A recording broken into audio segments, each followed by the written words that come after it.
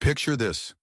A ruthless band of outlaws mocks a seemingly helpless one-handed war hero, thinking they've got an easy victim. But little did they know they just woke a sleeping legend, the deadliest gunslinger in county history. In today's gripping Western thriller, you'll witness an unforgettable showdown where honor meets revenge and courage defies all limitations. A humble veteran's quiet life explodes into chaos as corrupt ranchers and cold-blooded assassins invade his world, pushing him to reclaim his lethal past. Stay tuned through every twist and turn. Trust me, you'll want to see justice served Old West style. And before we dive in, don't forget to subscribe and hit that notification bell. Your support means the world to us and keeps stories of heroism, frontier justice, and true American grit alive. Elijah Bancroft woke before the desert sun breached the eastern horizon, just as he had done every day for the past 6 years. In the faint silver glow that preceded dawn, he could make out the sparse furniture of his small cabin on the outskirts of Brighton Vale. A single bed pushed against a log wall, a battered trunk for the few belongings he kept, and a sturdy work table strewn with the delicate innards of a half-finished pocket watch. Each morning his routine was the same: stretch out his left shoulder and arm, rub the dull ache from the stump of his right wrist, then mentally prepare himself for another day of meticulous clockmaking. Despite the still air, which always turned scorching by noon, there was a chill in the desert mornings that seeped into his bones. Elijah found it oddly soothing. It reminded him of the early morning frost he had known on the battlefields long before he'd come here. He rose and flexed the muscles near his right forearm, where flesh and bone ended in a smooth, scarred stump. With the ease of someone who'd been at it for years, he fastened the custom-made wooden prosthesis over the old wound. This was no simple peg or hook. He designed it himself from a strong, polished rosewood with slender brass pins and hinges that allowed for a surprising range of motion.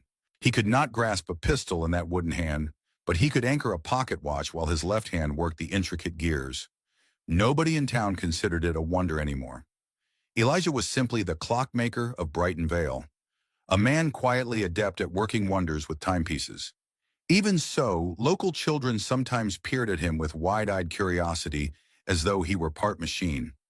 Brushing the dust from his jeans and pulling on a faded cotton shirt, he considered the day ahead. In his mind, an invisible ledger took shape.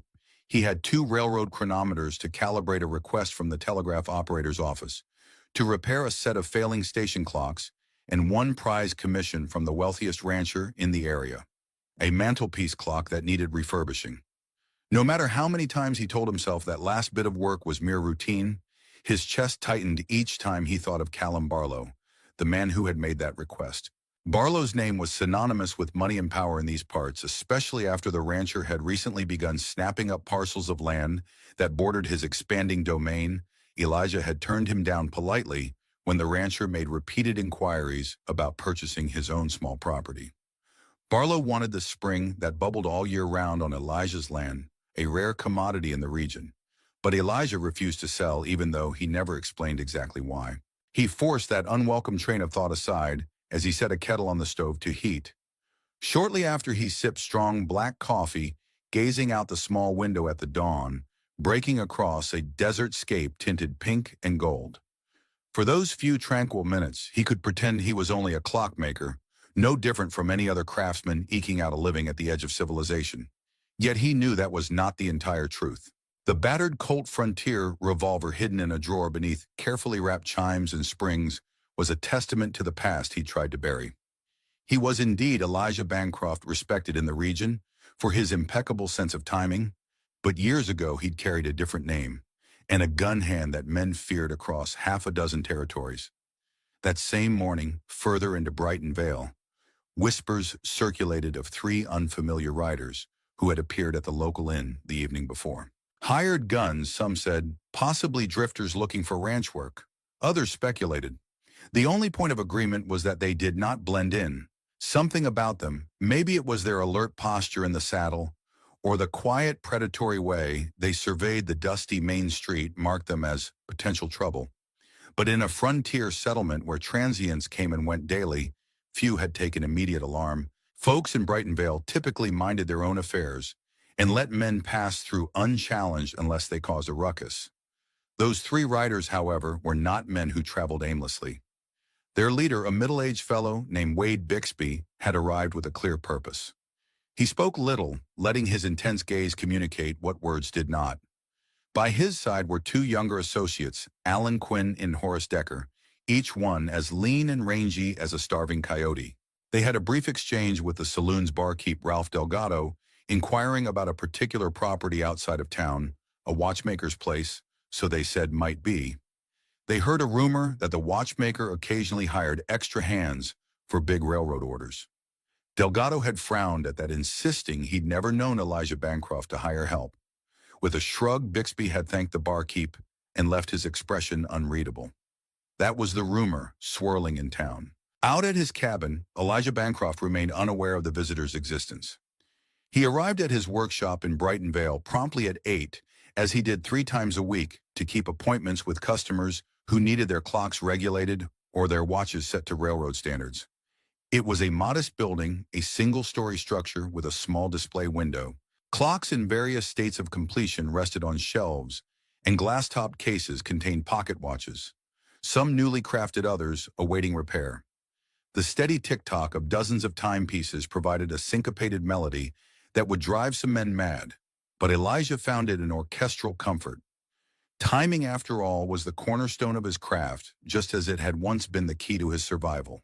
He spent the morning working on a locomotive-grade chronometer, calibrating it to measure intervals within a few seconds per day.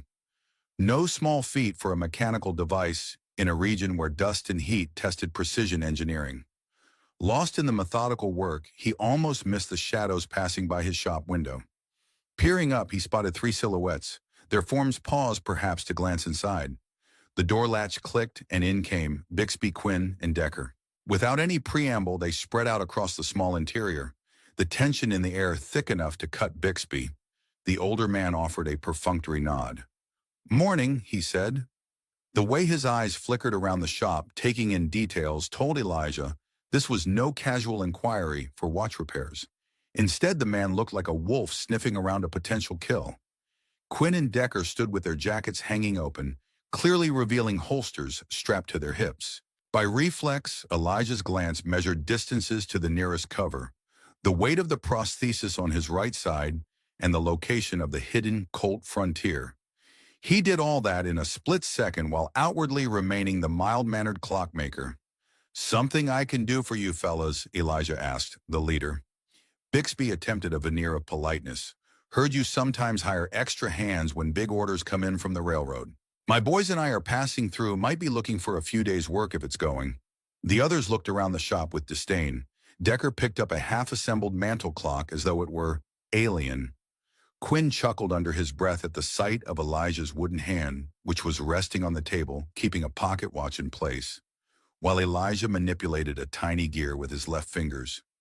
Calmly, Elijah set down his tools. He was not a tall man, but the ease with which he carried himself could unnerve those who looked for signs of weakness. "I don't hire help," he said evenly. "My work is precise, needs a personal touch. Whoever told you otherwise was misinformed." The flicker in Bixby's gaze suggested he already knew that. Maybe they'd come here for another reason entirely. Outside, the day had brightened, letting bars of sunlight paint the floor. Inside, the tension settled into every beam of the structure. Quinn snorted, crossing his arms. "A man with no right hand doing fine detail work," he said, not bothering to hide his scorn. "You sure you don't need help? Those tiny gears can be tricky." He offered Decker a nudge, eliciting a smirk. Elijah had grown used to small minds belittling the stump of his wrist, though the flippancy riled him more today than usual. The memory of similar sneers years ago lingered in his mind. He did not move from his seat, but his voice took on a cool edge. "I manage," his left hand, flexible and strong, was only centimeters from a hidden compartment in the workbench. Bixby cut off his men's jeers with a raised hand. He aimed a faux friendly smile at Elijah. "No offense intended. A craftsman like yourself surely has a reason to do things your way. But we just want to make an honest living for a few days. We're not looking for trouble. Maybe you can point us in the direction of other folks needing help." His questions were a masquerade for something else. Elijah felt it in the sharpness of the man's gaze. They wanted him off balance, or they were gauging how he'd respond under pressure. He'd seen it before countless times. No doubt, Elijah said, rising slowly from his stool. The fact that he was missing a hand didn't stop him from commanding presence. Try the construction yard near the old rail station. Sometimes they need laborers. Bixby's eyes flickered to the carefully polished wooden prosthetic, and Elijah noticed the man's shoulders tense as if anticipating a sudden move. That subtle shift told Elijah this was someone used to violence, someone who recognized potential danger even from a so-called cripple. Much obliged, Bixby drawled. We'll see ourselves out. But just before the three left, Decker cast a look around the interior and spat on the floor, a silent invitation for Elijah to react. Elijah didn't rise to it. He kept his gaze steady and his breathing calm. They'd gleaned no reaction from him except polite dismissal, which seemed to irk them more than if he had cursed them out. When they were gone, Elijah carefully put aside the piece he was repairing, flipped open a small compartment, and retrieved the Colt Frontier. He checked the cylinder. 6 bullets were meticulously loaded. The man he had once been would have had the reflex to draw in the blink of an eye, his left hand lightning fast, despite lacking the advantage of a matching right. Even if it had been 6 years since he'd put those reflexes to lethal use, some instincts never died. He closed the shop an hour early that day, drawing a puzzled look from old Gareth Nichols, who'd shown up wanting his great-grandfather's carriage clock wound, and adjusted. Elijah promised to do the work. But not that afternoon. Once the door was locked and the sign flipped, Elijah took a quiet, roundabout route through the side alleys of Brighton Vale. He avoided the main road out of town, suspecting Bixby and his gang might have eyes on that path. In the midday sunlight, his boots kicked up puffs of dust as he made his way toward the local telegraph office. His earlier conversation with them worried him. They were not the first armed men to appear sniffing around about his land, but they had arrived too soon after Callum Barlow had made a renewed offer for the property. The timing was no coincidence. He recalled each of Barlow's approaches, the refined letters proposing large sums of money, the final note that carried an undercurrent of threat. I hope for your sake. It had read that you'll seriously reconsider. Otherwise, I can't guarantee what might befall properties so far removed from the safety of town. That was months ago, and Elijah had not responded. Now these men had shown up clearly trying to measure him. Stepping into the telegraph office, Elijah was greeted by Veronica Marsh, a woman in her 20s with a composed manner and intelligent brown eyes that held a world of curiosity. She handled the telegrams and bookkeeping for various town businesses. The slender figure behind her oak desk was formidable in her own way. Elijah had discovered that she noticed details others overlooked. At his entrance, Veronica gave him a brisk nod. Mr. Bancroft, she said, you're earlier than usual. I need to send a message, Elijah replied. Though it was not exactly the truth, he was there more to observe if any new telegrams had arrived from Barlow's associates. Yet he also respected Veronica's discretion. He carefully penned a short note to an old contact in the neighboring region, a rancher who occasionally provided him updates on any unusual arrivals crossing the territory lines. If these 3 riders had a history, Elijah wanted to know it. He handed the folded note to Veronica and kept his voice low. Send it urgent if you can. Veronica studied his face with mild concern. Something pressing, Mr. Bancroft. Her eyes flicked to the faint tension around his jawline, the posture he usually took only when unsettled. Over the last year, they had formed a professional friendship. She handled his accounts for the railroad commissions, and he'd once repaired her late mother's music box, a sentimental piece that played a lilting melody. Now she read the changes in his demeanor like she'd read lines of Morse code. Just trying to get ahead of a potential problem, Elijah answered, managing a half-smile. Any new telegrams come in about me or about my place, let me know. She nodded solemnly. Usually he trusted no one beyond polite conversation, but Veronica's competence had earned a measure of respect. Stepping back out into the sun, Elijah already felt the pull of worry about what might happen next. He told himself to remain calm. He had handled men like Bixby Quinn and Decker before. The question was, had he let 6 years of quiet living dull his edge? At dusk, Elijah rode back toward his cabin, taking a little-used path that wound through rocky terrain, dotted with low cacti and stubborn patches of sage. The desert sky glowed an otherworldly blend of violet and orange, and the cooling air was a welcome relief after the blistering daylight. He guided his Dunmare moonshine with one hand on the reins, keeping the other close to the revolver at his hip, instinct habit. In years past, he had ridden through territory even more dangerous than this, pursuing outlaws with bounties on their heads. Those days felt like a lifetime ago, yet the feel of a loaded gun and the wariness in his gut remained the same. Upon reaching his property, he noticed fresh tracks in the dirt near his front porch, where no tracks should have been. 3 sets of hoof prints. The mare snorted as if sensing tension. Elijah slipped off the saddle. He waited in silence, scanning the perimeter, the shapes of boulders and juniper shrubs that might conceal a hidden figure. Nothing moved except the wind stirring a swirl of dust. He stepped onto his porch. The door's handle had been tested but not forced. He pressed lightly. It was still locked, so whoever came had left. Maybe they were verifying he wasn't home. Another intimidation tactic. Possibly. He keyed in on the distinct shape of footprints. One set with a distinct heel notch could belong to Quinn or Decker. He entered his cabin to find no immediate sign of disturbance, though he systematically checked each closet and corner. The only shift was a small wooden statuette, an owl that perched on the mantel knocked sideways as if a searching hand had brushed it. Whoever visited had been looking for something. Elijah's pulse slowed when it seemed nothing else was missing. Even so, he didn't relax. He opened a hidden compartment in the floor beneath a rough wool rug. Inside was a sturdy metal box. He cracked it open to verify the contents. An array of personal documents, old newspaper clippings, and a gold badge that read Deputy Marshal Elijah Bancroft in ornate lettering. That name felt foreign on his tongue, now though, once it had defined him. A few folded letters from old colleagues were tucked in, and there at the bottom was a small stack of wanted posters. Faces of criminals he had once tracked across the frontier. He recognized men like Rico Dahl, Redstone Henry, and others whose names had grown infamous. Satisfied the intruders hadn't found or taken these keepsakes, Elijah replaced them and sealed the compartment. He lit a single lantern, letting the familiar glow cast dancing shadows on log walls. Over the years, he had grown to love the isolation of this place. It gave him solace from the ghosts of the past. Yet tonight, that solitude felt precarious. He heated a bit of beans and bacon over his pot-bellied stove, but his appetite was scarce. After a few bites, he set it aside and used the water in his jug to wash off the day's dust. Sleep was a distant thought. Instead, he sat near the window lantern extinguished to avoid showing the cabin's interior, while outside moonlight silvered the desert. He kept the Colt Frontier balanced on his lap, every sense on alert for movement.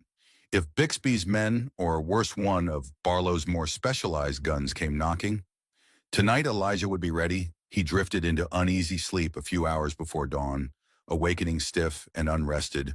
By the time morning light seeped through the shutters, he had decided on his next move: speak to Sheriff Weston. The tall, grizzled lawman had been running the Brightonvale jailhouse for over a decade. Although Elijah typically kept his distance, he knew Weston was a fair man who disliked bullies. The sheriff also possessed more awareness than people assumed. He saw the signs of intimidation around Barlow's land expansions. Yet for all his moral clarity, Weston was hamstrung by local politics. Callum Barlow had strong ties to the region's power brokers, the banks, the railway financiers, and a handful of territorial politicians. Weston had no smoking gun to pin on Barlow. Elijah saddled moonshine and set out for town, keeping an eye on the horizon for dust trails. The morning stretched bright and scorching early. He wore a wide-brimmed hat that kept the worst of the sun off his face, though the heat still radiated in waves around him. Rolling into Brighton Vale, he spotted more activity than usual. Farmers, ranch hands, and traveling peddlers were all converging on the weekly market.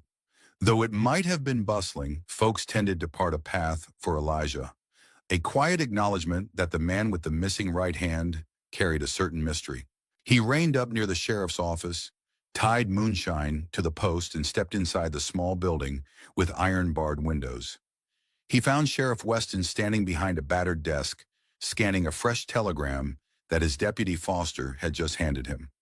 Weston glanced up. A moment of recognition flickered in his gray eyes. "Mr. Bancroft," he said, "don't see you here too often. What can I do for you?" The sheriff gestured for him to sit in one of two chairs facing the desk. Elijah inclined his head politely and did so, resting his wooden hand on his knee. The small office smelled of coffee and pipe tobacco. A few posters on the wall bore black and white sketches of wanted men. 3 strangers were in my workshop yesterday. Elijah began without preamble. Then they paid an unwelcome visit to my property last night. Leader goes by Wade Bixby with 2 associates named Quinn and Decker. I suspect they're not here, just passing through. Weston's brows knit together. Bixby heard the name from a contact up north. There was mention of a Bixby who hires out strong-arm services for ranchers expanding territory. Nothing proven, just rumor. His gaze sharpened. You saying they tried something at your place? Didn't come in guns blazing, but they checked the premises while I was out. Elijah replied, knocked over a few items, likely searching for valuables or reasons to leverage me. I think they're working under direction of Callum Barlow. Weston folded his arms, leaning back in the wooden chair.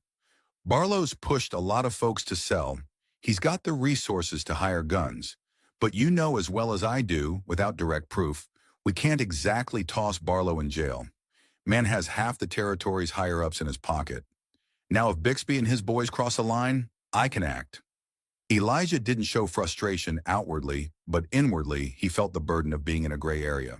They might cross that line soon, Sheriff. He said, I'm giving you a heads up. If I find more direct evidence, I'll bring it to you. But if they show up on my land again with bad intentions, I'll defend myself. Weston didn't object. He just nodded gravely. This is still my jurisdiction, but I know you've handled trouble before, Mr. Bancroft, and I suspect you can handle it again if it lands on your doorstep. Just don't go looking for it. If these men want to fight in town, I can't have that. Understood. Elijah understood perfectly. Weston would cover his back if conflict arose lawfully, but no gunfights in broad daylight. The last thing the sheriff wanted was a showdown that risked the safety of bystanders. With a subtle nod of agreement, Elijah tipped his hat and rose ready to leave. Thank you, Sheriff, he said. I'll tread carefully. Outside the jailhouse, Elijah hesitated, scanning the street. Town was busy at this hour. Wagons piled with vegetables for the market ranchers hauling feed. A few travelers stepping into the saloon. Most faces were ones he knew, at least in passing. Then at the far end of the street near the blacksmith shop, he spotted a trio of familiar silhouettes. Bixby, Quinn, and Decker stood in a loose formation, as though on patrol. Upon noticing Elijah's gaze, Decker grinned in a way that wasn't friendly. Elijah made no move toward them. Instead, he stepped off the boardwalk and moseyed toward the stable, feigning indifference. The 3 gunslingers watched him go. Let them. If they wanted to start something in a crowded street, it would be their folly. Reaching the stable, he caught sight of Danny, a 14-year-old stable hand busily brushing down a pair of mares. Danny beamed when he saw Elijah. Hey, Mr. Bancroft, need moonshine stabled. No, just checking something, Elijah replied, casting a glance over his shoulder. Bixby and his men had dispersed, heading in the direction of the saloon. Listen, Danny, if those 3 rough-looking men come around asking about me, do me a favor, say you don't know. Don't mention where I live or which paths I take. Sure thing, sir, Danny said, wide-eyed but without hesitation. For a moment, Elijah felt a pang of guilt. He was involving a youngster in business that could turn dangerous. But he also knew word traveled quickly in a small town, and he needed to minimize the chance these men would gather crucial intel. With that settled, Elijah walked deeper into the stable's dim interior, letting his eyes adjust to the gloom. The smell of hay and horseflesh was strong but comforting. He wanted to check on supplies for his mare, grain bedding, etc., an excuse to linger. He also needed time to think. If Barlow's men were brazen enough to appear in town and watch him openly, they had a strategy in motion. Maybe they planned to do more than scare him. Could be they were waiting for an opportune moment to catch him off guard. He emerged after a few minutes, decided to head to the mercantile for fresh supplies, and passed the saloon along the way. Bixby and Quinn loitered under the saloon's awning, sipping from tin cups. Elijah guessed they were cheap whiskeys rather than coffee. Their eyes followed him. Decker was nowhere to be seen. Possibly off scouting, Elijah kept his face neutral. He thought of how easy it would be to just vanish, pack up his essential belongings. sell off the land with or without Barlow's involvement, and disappear to another territory. But that was exactly what he'd done 6 years ago, abandoning an identity burned by the memory of a hostage he couldn't save. He had told himself he was done running. He wanted a quiet life. Now it seemed life refused to remain quiet. Mid-afternoon found Elijah back at his workshop in Brighton Vale, having purchased only a few basic items. He unlocked the door and entered, securing it behind him. Though the building's windows faced the main street, he felt somewhat safer here than alone on a dusty road. At least the passing foot traffic provided some measure of deterrence if Bixby's men considered a public attack. He set his supplies down, a few tins of Beans fresh bread, a jar of pickles, and moved to the workbench. The sight of half-finished gears and open watch casings had a calming effect. He resumed work on the railroad chronometer, turning the small gears with his left hand and using his wooden prosthesis as a brace. Hours slipped by in that meticulous labor, the rhythmic ticking of other clocks lulling him into a zone of concentration. Now and then his mind flickered back to the old days, riding scout for the cavalry, then taking up the deputy marshal's badge, training himself to shoot left-handed as fast as any right-handed gunman. The newspapers had dubbed him timekeeper once upon a time because of his uncanny ability to time a shot and read distances like clockwork. He dreaded that name now. It reminded him of the lives he had taken, the leads he had followed, and the one life he had failed to save. As the sun's light turned golden and slanted across the dusty street outside, a polite knock broke his reverie. Elijah paused, heart tensing. Trouble rarely knocked politely.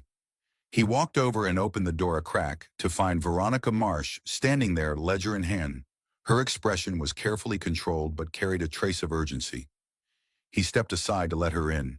"Miss Marsh," he greeted. "Not your usual day to go over accounts." She nodded, breath short as though she'd come quickly. "Something came in over the wire from the Bismarck region. It's about a man named Wade Bixby." She unlatched her ledger to show him a pinned telegram inside. Elijah scanned its contents. Details about possible involvement in arson, intimidation, and 2 homicides linked to ranch disputes. The telegram indicated Bixby's group was suspected, but never charged. Locals feared retribution, so no one testified. The message was a warning to nearby towns that if Bixby appeared, he might be up to his old methods. Elijah felt a cold heaviness settle in his gut. "Confirms what we suspected," he murmured. "What about your friend at the telegraph station in the next county? Any word on others traveling with Bixby?" Veronica blinked, lowering her voice. "Yes, and that's the larger concern." The name Marcus Poe surfaced. "He's rumored to be traveling in these parts, possibly on contract. Poe's known for, well, discreet solutions. He's no petty thug. He's more an assassin." Elijah exhaled slowly, glancing at the door as though he expected someone to burst through at that moment. "I've heard the name," he admitted. "A few years back, rumors said Poe never left a contract incomplete. If Barlow hired him, that means we're dealing with more than intimidation. That means a kill order." Veronica's face paled. Exactly, Sheriff Weston should know about this. She paused, noticing the lines of worry etched around Elijah's eyes. "Maybe it'd be best to stay with someone in town, somewhere more public. Your cabin's too isolated if they plan a nighttime approach." A part of Elijah agreed wholeheartedly. Still another part bristled at the idea of being run out of his own home. "I appreciate the concern," he told her. "I'll take precautions. If Marcus Poe is here, I'll do what I must. But keep me informed if any more telegrams come in." That evening, Elijah found himself in quiet conference with Sheriff Weston inside the latter's office. Deputy Foster lingered by the doorway, arms folded. Veronica had delivered a copy of the telegram, and Weston read it twice. He rubbed his temple, looking older than his 50-some years. "Hell of a situation," the sheriff muttered. "Bixby's men are still in town, and now we've got the possibility that Marcus Poe might show or is already here. We can't just declare martial law because of rumors, but ignoring it is a recipe for bloodshed." Elijah stood near the window, gaze flicking out at the twilight gloom. Any sign Barlow himself is coming to Brighton Vale soon? He and Weston had spoken at length about the rancher's methods so far. Everything pointed to Barlow's discreet approach. He seldom dirtied his own hands. Word is Barlow's traveling between his different ranch properties. "But we can't confirm where he is right now," Weston replied. If Barlow did hire Poe, he'd keep that hush, hush. The man's known for making kills look like accidents. Staged robberies, bar brawls gone wrong, that sort of thing. Very little blowback for the employer. Deputy Foster stepped forward. Sheriff, if Poe's in the area, we should get extra volunteers. Maybe from the ranchers who oppose Barlow. They'd have a vested interest in stopping him. We can keep watch around Bancroft's property at night, too. Weston thought a moment, then nodded. Good idea, but keep it subtle. No large posse that would spook half the town. Elijah appreciated the offer, though he doubted watchers would help if Poe truly wanted him dead. A man like that would bide his time, wait until the watchers let down their guard, then strike from the shadows. Maybe it's best if I lure him out, Elijah said quietly. He felt all eyes on him. Better I face him on my terms than wait for him to choose the moment that only endangers other people. The words tasted bitter on his tongue. He had left that life behind, or so he thought. Now he was discussing strategy like the old deputy marshal he used to be. Weston frowned. You're not wearing a badge anymore, Bancroft. I won't have you set a trap that leads to open bloodshed in the middle of town. We can find a middle ground, Elijah insisted. You said it yourself, Poe makes kills look like accidents. He rarely strikes in a crowded place. He'll try somewhere quiet, maybe on the road or near my cabin. If we have a plan in place, we stand a chance of catching him. Otherwise, it'll be me alone against him. No one looked particularly happy at that scenario. Let's keep you safer, Weston said. If you want to use yourself as bait, do so with watchers at a distance. It's not about vigilante justice. It's about preventing a murder. Understood, Elijah nodded, acknowledging the sheriff's stance. He understood it came from duty, but he also sensed Weston recognized the truth. No matter how many watchers they placed, the confrontation might boil down to Elijah's skill versus Poe's cunning. I'll make sure if it happens on my land away from innocents, he said.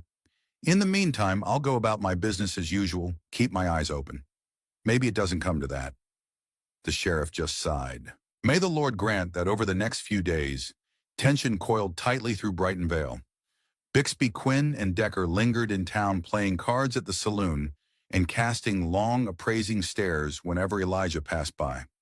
Whispered conversations told him they were asking questions where he went, how far his land lay. Whether he lived alone, townsfolk who liked Elijah offered him a heads up. In the evenings, Danny would scurry over from the stable with scraps of information. They said you lost your hand in a stagecoach accident, or they asked if you was ever in the army. Elijah remained on guard. At the same time, a part of him simmered with anger at seeing his peaceful routine disrupted by men who had no right to do so. He couldn't stand bullies, especially those aiming to force a sale of his land through intimidation or worse. That evening, he again visited Veronica Marsh at the telegraph office to see if any new messages arrived regarding Poe. She shook her head. Nothing new in the last day or two. She said softly, I keep thinking it means he's already here, just not sending any messages in or out. Elijah nodded grimly. He'll wait until the moment is right. He paused. Thank you, by the way, for everything you're doing, for risking yourself by snooping through telegrams that might land you in trouble. You could face serious consequences. Veronica's gaze was steady. I believe you once said time reveals character. Over these months, I've watched how Barlow's tactics ruin lives. I'm willing to risk my job to see him stopped. And I can't, she paused, a faint blush warming her cheeks. I can't just stand aside if men are trying to hurt you either. You've done a lot for this town, even if you don't realize it. He wasn't sure how to handle that kind of gratitude. Emotions tangled inside him. Respect, a cautious affection, and the old fear of forging ties that could be used against him. In his prior life, attachments had proven lethal liabilities, culminating in that final tragedy that drove him to abandon the badge. But he nodded, grateful. Thank you, Veronica. If something goes bad, find Sheriff Weston or Deputy Foster. Stay away from the crossfire. As night fell, he rode home with a sense of inevitability pressing down. The desert sky twinkled with countless stars, and the only sound was the mare's hoofbeats on compacted earth. Even the wind seemed hushed. He felt eyes on him, though he couldn't pinpoint from where a flicker of movement atop a ridge, or just a play of moonlight. He pressed his lips into a thin line and spurred moonshine to a quicker pace. If Poe was out there trailing him, the killer wouldn't attack now. Too many open lines of sight, nowhere to stage the accident. At the cabin, Elijah erected a few subtle defensive measures. A thin wire at ankle height along the path, some carefully placed boards that would creak or topple if stepped on. Nothing elaborate, just enough for an early warning. He doubted it would truly stop a professional like Poe, but it might buy him a few extra seconds if someone came in the dead of night. Then he sat in the dark back against the log wall, the Colt Frontier in hand. The moonlight through the window gave him enough illumination to see shapes time ticked on. The old reflexes from his days as a deputy marshal kicked in, preventing him from sinking into deep sleep. He dozed lightly, ears straining for the slightest hint of intrusion. The next morning arrived with no sign of a nighttime attack. Relief mingled with the knowledge that each quiet dawn simply brought them one step closer to the eventual clash. True confrontation was inevitable. Elijah saddled up and rode into town, noticing a flurry of commotion near the local bank. A stagecoach had arrived, delivering a well-dressed passenger who turned heads with his fancy attire. A long coat tailored to accentuate his lean frame, a polished cane in one gloved hand. Even from a distance, Elijah's instincts rang an alarm. He overheard snippets of hushed conversation. "He's come all the way from Helena," someone whispered. "He's an old friend of Barlow, I heard." Another claimed they'd seen him carry a peculiar short-barreled pistol. Elijah felt certain this was Marcus Poe. The man's refined appearance and quiet confidence matched the rumors he didn't look like a rowdy gunslinger, but more like a gambler or traveling businessman. Yet the subtle aura of menace surrounded him, apparent to those who bothered to look closely. Elijah noticed Bixby approaching the stage depot, greeting Poe with respectful caution. They spoke in subdued voices. Poe's expression never changed, remaining impassive, as though the entire conversation was a tedious formality. After a minute, they walked together toward the livery stable, likely to secure a horse for Poe. Elijah watched from the corner of a mercantile, blending in with other onlookers. If any doubt lingered that Barlow had hired a specialist, it vanished now. He considered going straight to Weston with this information, but the sheriff was already on the scene, leaning against a porch rail across the street, his hat tipped low as if in casual observation. Weston caught Elijah's eye and gave a subtle nod, a silent message. "Yes, I see him. Let's keep calm." The sheriff clearly did not want a shootout in the middle of a busy street. Poe, for his part, paid no direct attention to Weston or Elijah. He simply exuded the confidence of a man certain that law and order would not hinder his private agenda. Before long, Poe had acquired a sleek black mare from the stable and rode off with Bixby. Their departure left tension in the air. Elijah exhaled, trying to quell the adrenaline spike. This was the man who might be waiting to kill him. Another shot at him like so many times in his old profession.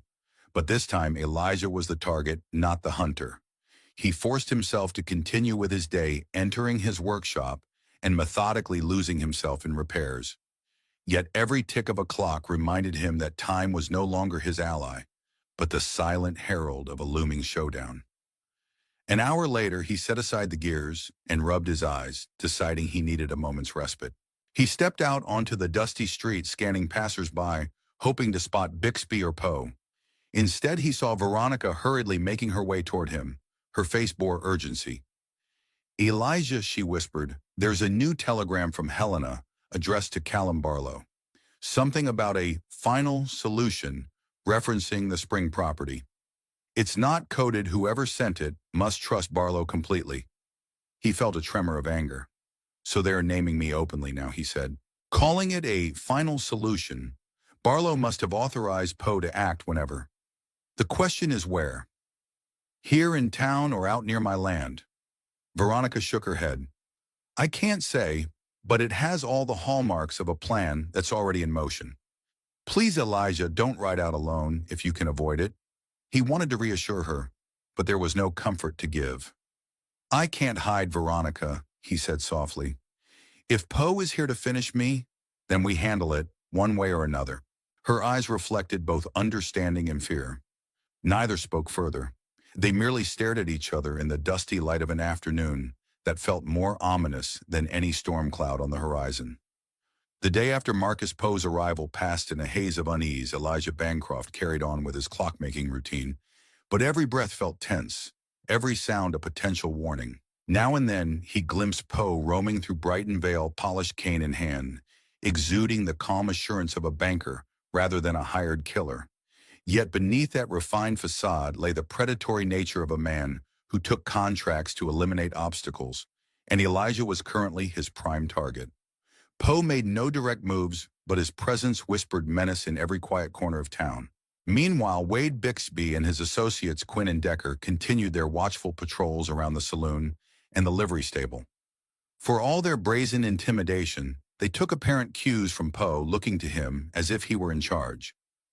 Whenever Poe exchanged a few quiet words with Bixby, the latter would shift uncomfortably as though uneasy about dealing with someone far more dangerous than himself. Elijah guessed Bixby's group had come to frighten him into selling his property. Poe's appearance, however, meant the job had escalated.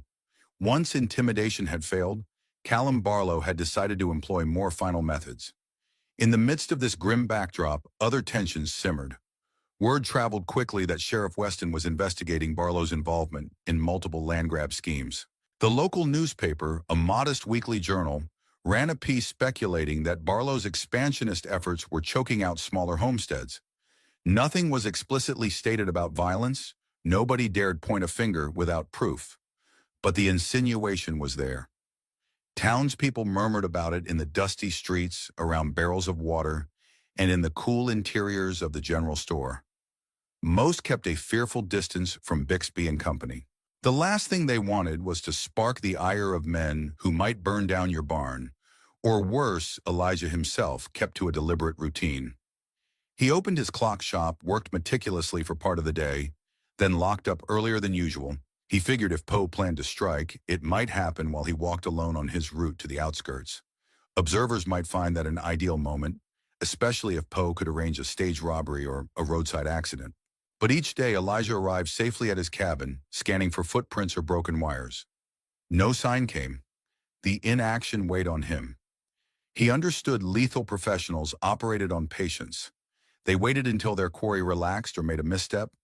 When evening set, Elijah tried to focus on more practical matters, his properties, his small vegetable patch and tidying the workshop at home, now that he rarely used it.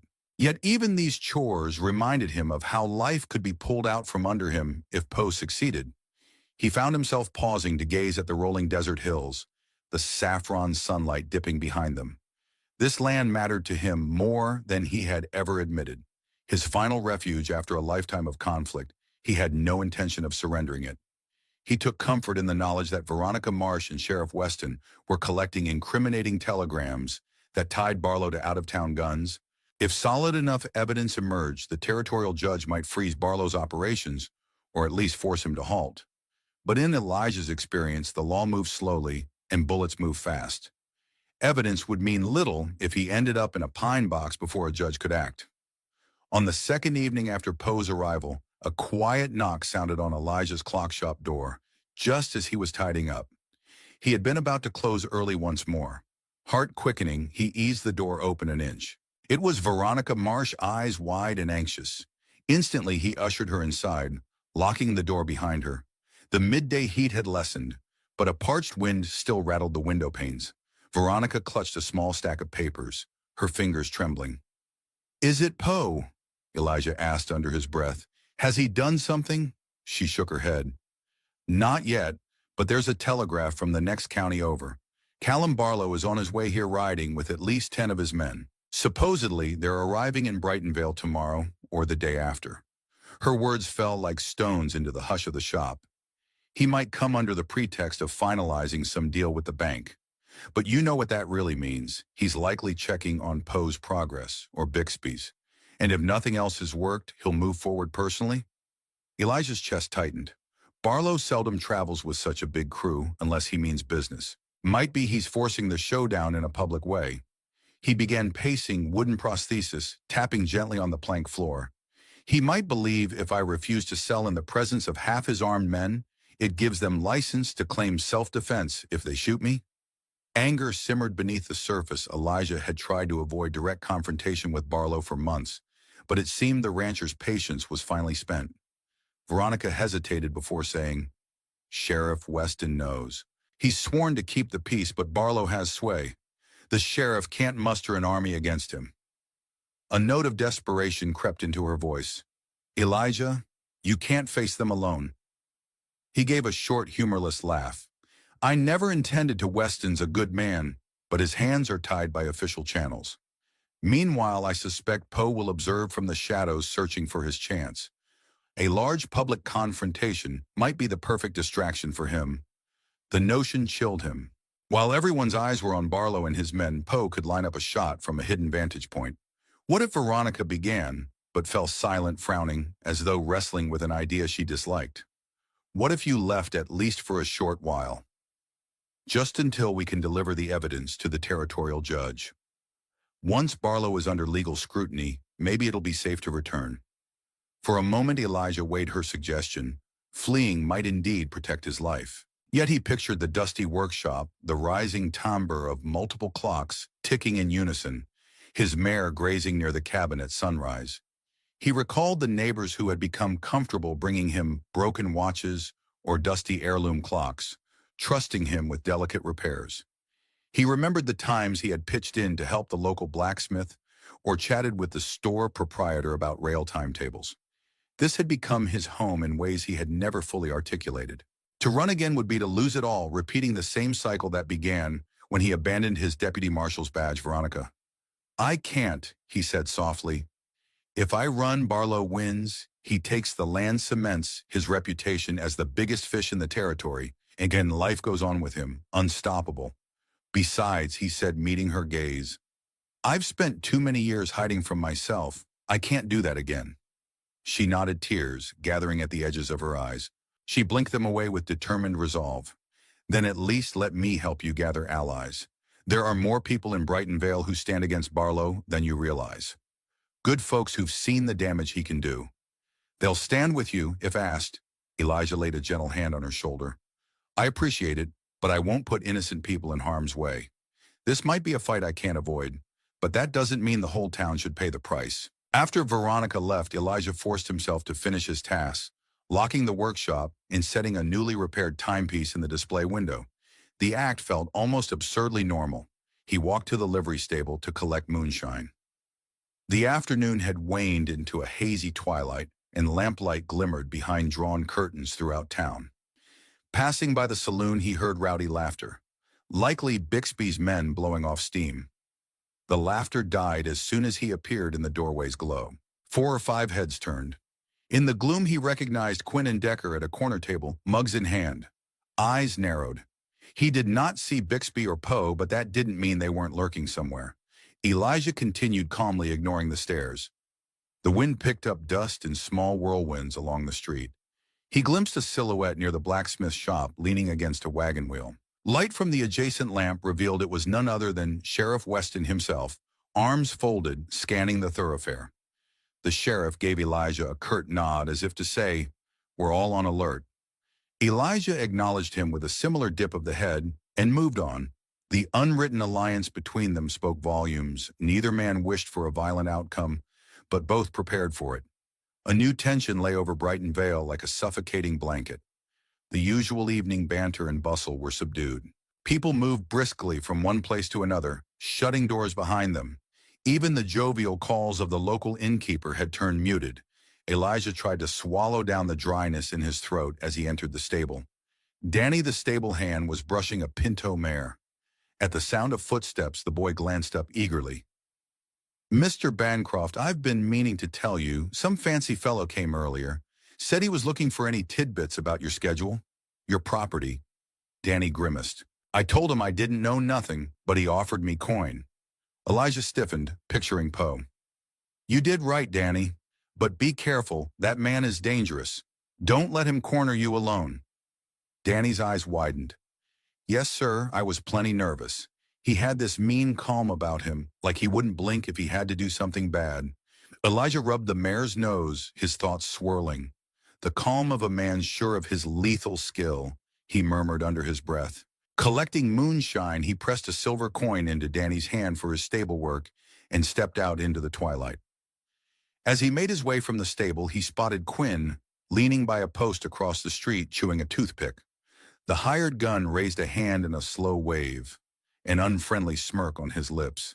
Elijah ignored the taunt and kept walking. A memory flashed of a different time when an outlaw had tried to corner him in a deserted barn.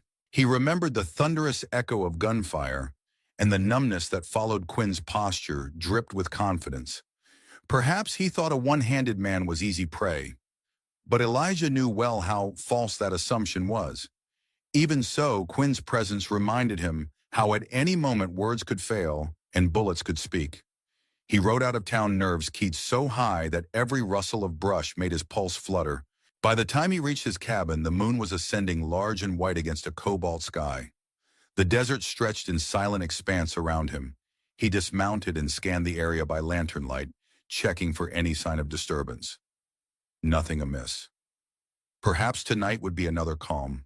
Or perhaps Poe was already out there, concealed among rocks or shrubs, waiting to see if Elijah let his guard down. Come dawn, Elijah loaded essential supplies onto Moonshine. Though he had vowed not to run, he also saw no reason to stay pinned inside his cabin like a cornered animal if Barlow's men launched a raid. Instead, he intended to visit a couple of ranchers. He knew men who disliked Barlow's tactics, but never openly challenged him. He needed to assess whether they might stand with him if push came to shove. Not necessarily to spark an armed revolt, but to glean if Barlow was pulling strings in the region beyond what they already suspected. He set out along a meandering trail that cut westward. The sky was powder blue, the sun only just starting its climb. After about an hour, he reached Bert Avery's spread a modest ranch of a few hundred acres. Bert had lost livestock mysteriously over the past year, widely suspected to be sabotage or intimidation linked to land disputes. Elijah dismounted near a corral where a few horses shuffled. Bert, a wiry man in overalls, appeared from behind the barn, rifle slung over his shoulder. His expression remained cautious until he recognized Elijah Mornin. He said, "Heard talk that something's brewing in town." Elijah slid the reins over a fence post. "Word is Callum Barlow plans a visit soon with hired guns in tow. Bert, I have reason to believe they're pushing me off my place just like others got shoved off. And I'm not leaving." He paused, letting the words sink in. "If it comes to a head, I want to know if there's folks who'll speak out. Testify maybe about sabotage or intimidation." Bert's throat bobbed. "Testify? That's a tall ask. Barlow has connections with judges and bankers who'll protect us if we speak out." "Sheriff Weston will do his best," Elijah said, knowing how insufficient that sounded. "But we need testimonies, evidence, anything that ties Barlow to illegal acts." A trace of fear flashed in Bert's eyes. "Not sure I can. I got a family. If Barlow decides to ruin me, I can't fight him. I don't have the means. And if it comes to guns," he trailed off, shoulders slumping. "Look, I'm sorry, Elijah. I wish I could, but I have to think about my wife and kids first." Elijah nodded, unsurprised but disappointed. "I won't push you," he said quietly. He could not fault a man for protecting his family. With a tip of his hat, he remounted Moonshine. "Thanks anyway. Stay alert, Bert. If Barlow's men come for me, they could decide to pick off anyone who stands in their way." Weary resignation emanated from Bert's gaze. "You be careful, too. Elijah Barlow's the type who won't stop once he's set his mind." Departing, Elijah rode on to another homestead, that of Lucinda Hall, a widowed rancher who refused Barlow's buyout offer months earlier. She welcomed Elijah with more warmth, guiding him into her humble kitchen. Over steaming cups of coffee, she confided that men matching Bixby's descriptions had stalked her property line at night. She'd fired a warning shot once, but she admitted fear laced her determination. "I might stand up for what's right," Lucinda said firmly. "But if it's just me and you, we won't hold off an army. I'm gathering evidence." Elijah explained, echoing the same refrain. "We'll make a proper case against Barlow, with the help of the telegraph operator, the sheriff, and others. I just wanted to know if you'd be willing to testify if it comes to that." Lucinda gave a resolute nod, though a flicker of doubt lingered in her eyes. Elijah thanked her, feeling marginally buoyed. At least some souls in the territory still had the courage to speak, yet courage alone might not stop bullets. By the time Elijah returned to Brightonvale, late afternoon shadows stretched across Main Street. He immediately sensed a difference in the town's atmosphere. People hurried along the boardwalk with eyes lowered, and wagons rattled past, carrying fewer passengers than usual. Anxious hush pervaded the air. As he tethered Moonshine in front of his workshop, Sheriff Weston strode up, wearing a grim expression. The lawman tipped his hat in greeting. "They've arrived," he said. "Barlow and about 10 riders. They're up at the boarding house, stabling their horses. Bixby and Poe are with them." Elijah felt his gut clench. "So that's it then. They're setting up in town," Weston exhaled in frustration. "Yes, Barlow came in about an hour ago. Met with the local banker for a so-called business meeting. He was all smiles, claiming he's here to finalize a partnership for the new rail spur. But you and I know better." "Have they made any open threats?" Elijah asked. "Not directly, but Barlow's men have the entire place on edge. It's like they're prowling around reminding folks who holds the power." Weston's lip curled. "I've posted Deputy Foster near the bank to keep an eye on them, but if they aim to start trouble, we're outnumbered, unless the townspeople band together." Elijah nodded.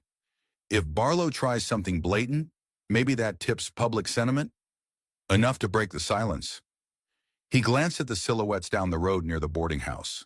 Several horses pawed at the dirt, and men lounged around them, armed in a manner that looked less than casual. "I need to be careful," he said quietly. "Poe's here to kill me discreetly. He won't do it with a dozen onlookers if he can help it." Weston's jaw tightened. "Keep your sidearm close. I'll be patrolling the street tonight with a few volunteers." His eyes flicked to Elijah's wooden prosthesis. "I have a feeling you know how to use that left hand of yours better than folks expect. Just remember, if you shoot best, make it justified. Otherwise, Barlow's lawyers will twist it into a murder charge." Elijah allowed a mirthless smile. "Understood." In his old days, a direct confrontation with a man like Barlow might have been simpler. Flash a badge, demand surrender, or engage in a gunfight if it came to that. But times had changed, and so had he. He parted ways with Weston and retreated into his shop. Locking the door, he went through the motions of checking inventory, adjusting the position of clocks on shelves. Each ticking device felt like a heartbeat, counting down to an unknown hour. He recalled the old metallic taste of tension before a planned raid.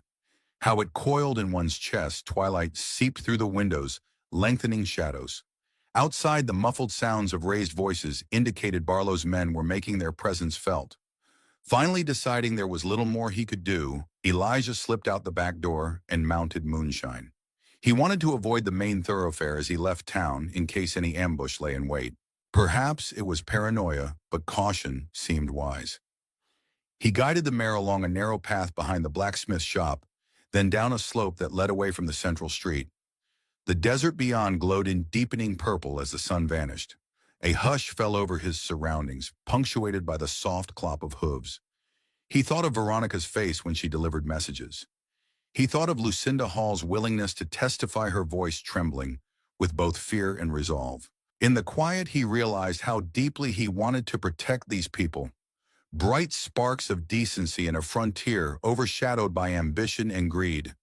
If defending them meant confronting Poe and Barlow, then so be it. He could run no more. He reached his cabin with no incident, though Moonshine seemed restless, snorting and tossing her head. When they passed certain thickets, Elijah scanned the darkness, but found no lurking figure.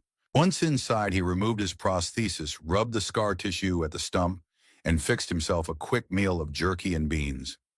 The meager supper did little to quell the knot in his stomach. Knowing Barlow was in town, presumably strategizing with Poe, made every moment feel fraught. After finishing his meal, he carefully cleaned his Colt Frontier.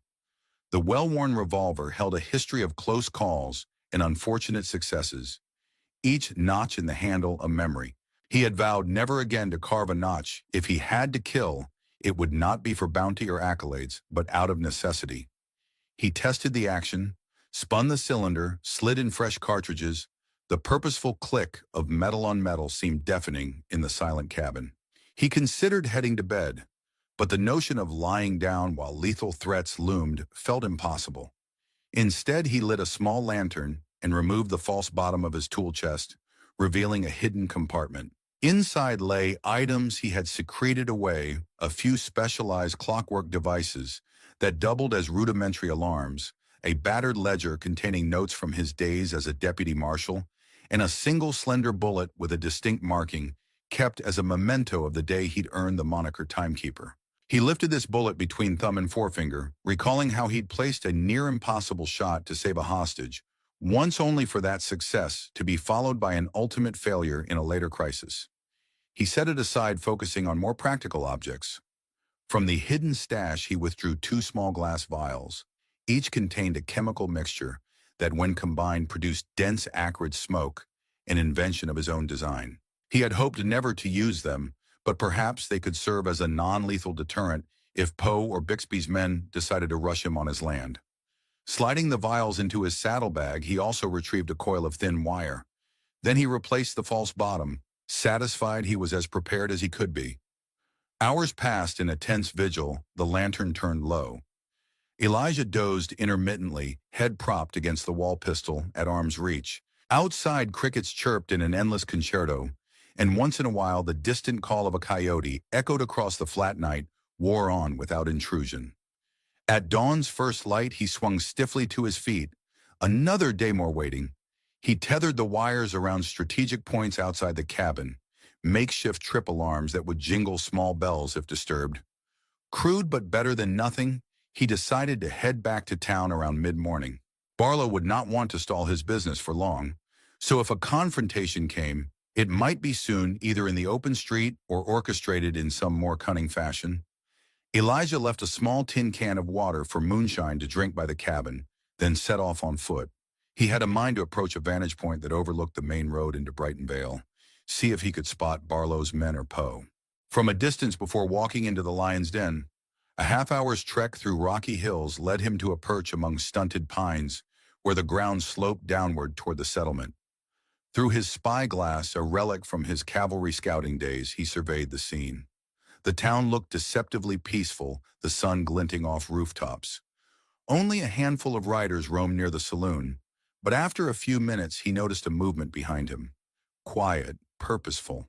He froze, hand on his revolver, pivoting slowly. A figure stood a dozen yards away, stepping around a boulder. The morning light revealed dark hair, refined clothing, and a faint smirk. Marcus Poe. He had left the horse somewhere out of sight. With gloved hands clasped behind his back, Poe appeared almost polite. But Elijah recognized that deadly calm. Elijah did not draw immediately. If Poe had come this far alone, it meant the assassin wanted something more than a cheap shot in the back. Maybe a conversation, Poe, Elijah said. Voice steady. His heart hammered, but the old training resurfaced. Keep your weapon ready to clear leather. Measure your target, watch for sudden movement. Poe tilted his head in faint amusement. Mr. Bancroft, he pronounced the name slowly as if testing its texture. Your reputation precedes you. You know, the quiet watchmaker on the outskirts, rumored to be far more than meets the eye. Elijah allowed no reaction to the implied threat. I hear you're here on business. Business, yes. Poe strolled a few steps closer, still with arms behind him. Posture relaxed. Mr. Barlow is quite determined to acquire your property. He finds your refusal inconvenient, and I am, as you surmise, his contracted specialist. My role is to remove impediments. Elijah's grip tightened on the revolver. So why not just put a bullet in me from 200 yards? You're said to be capable of that. Poe's lips curved in a slight smile. A fair question. The answer: I rarely indulge in messy public kills. A discreet approach is my style, but word about you traveled. Men speak of your sharpshooting, past your unusual skill. Despite the missing hand, I suppose I'm intrigued. A flicker of old anger stirred in Elijah's chest. He recalled how bounty hunters and assassins treated killing as a game of skill. He refused to engage in such a twisted dance. If you think this is a challenge to test your mettle, you're mistaken. I'm just a man defending his home, Poe shrugged. Perhaps so, but even a man defending his home can prove entertaining to me. His gaze briefly scanned the hillside. I admire your vantage point, typical of a scout or sharpshooter. Old habits die hard, do they not? Maybe, Elijah said tersely, but I've traded that life for peace. Peace is an illusion, Poe countered, especially in frontier lands. Men like Barlow thrive on power, and those who stand in their way either comply or disappear. I'm simply an instrument of that dynamic. He paused, tapping a gloved finger against his chin. Yet something about you suggests you won't go quietly, and that leads me to offer a suggestion. Elijah frowned. What suggestion? Poe said flatly. Tonight, tomorrow, I don't care. Disappear into the horizon. I'll inform Barlow you fled.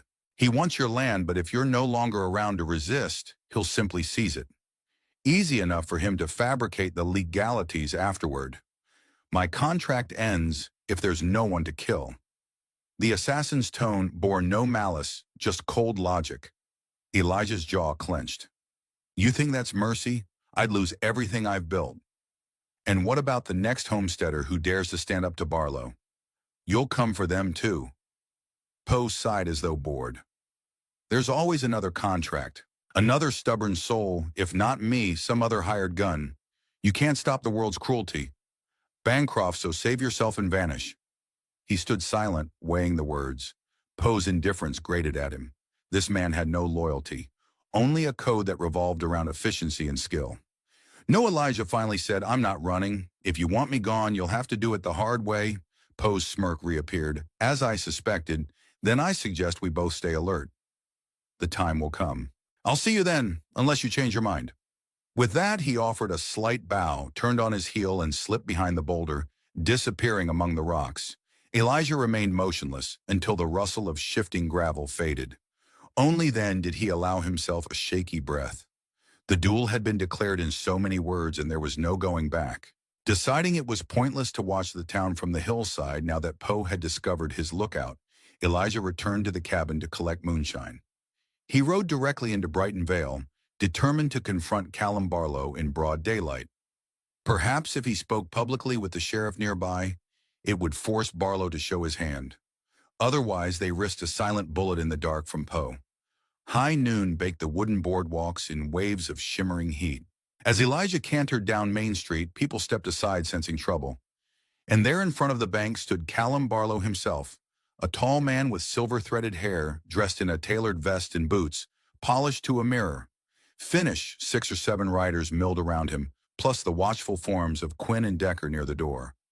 Each carrying rifles, Barlow's face broke into a self-assured grin when he spotted Elijah. Elijah stopped a short distance away and swung down from the saddle. He did not reach for his gun, though his right stump was angled, so his left hand could clear leather if needed. Mr. Barlow, he said, voice taut, I hear you're in town to finalize business involving me. Barlow removed his hat in a mock courtesy. Mr. Bancroft? Yes, I've been told you persist in rejecting my generous offers for that worthless desert patch. Irrational, I must say, but I've come to settle the matter personally. Suppose we talk terms away from prying ears. Elijah shook his head. We talk here, out in the open. He glanced around. Many bystanders were within earshot. Good, let them see. You tried intimidation already by sending men like Bixby. It didn't work. Now you've brought in a specialist. Marcus Poe, I know who he is and what he does. Murmurs rippled through the onlookers. Barlow's eyes flickered with annoyance, but he kept a genteel tone. How dramatic. I employ various security consultants. I can't speak to every rumor. However, I do know that the local railway project stands to benefit this region, and your property's water source is crucial. I've offered far above its actual value, yet you refuse. He raised his voice enough for the crowd to hear. I call that unreasonable, especially when it hampers the town's prosperity. A few heads in the gathering crowd nodded fearfully, or perhaps hopefully. Elijah refused to budge. People are free to believe what they want about the railroad, but I've seen how you expand your domain. Arson threats force sales. You think you'll do the same to me? He stepped forward, his prosthesis faintly glinting in the sunlight. I'm here to say it ends here. You can't buy me or scare me off. Barlow's smile vanished. Slowly he replaced his hat. Is that so? His gaze flicked to Quinn and Decker, who tensed. Then you put me in a difficult position. The territory needs that spring for the rail line, and I don't abide losing. If you weren't so stubborn, we could have solved this like gentlemen.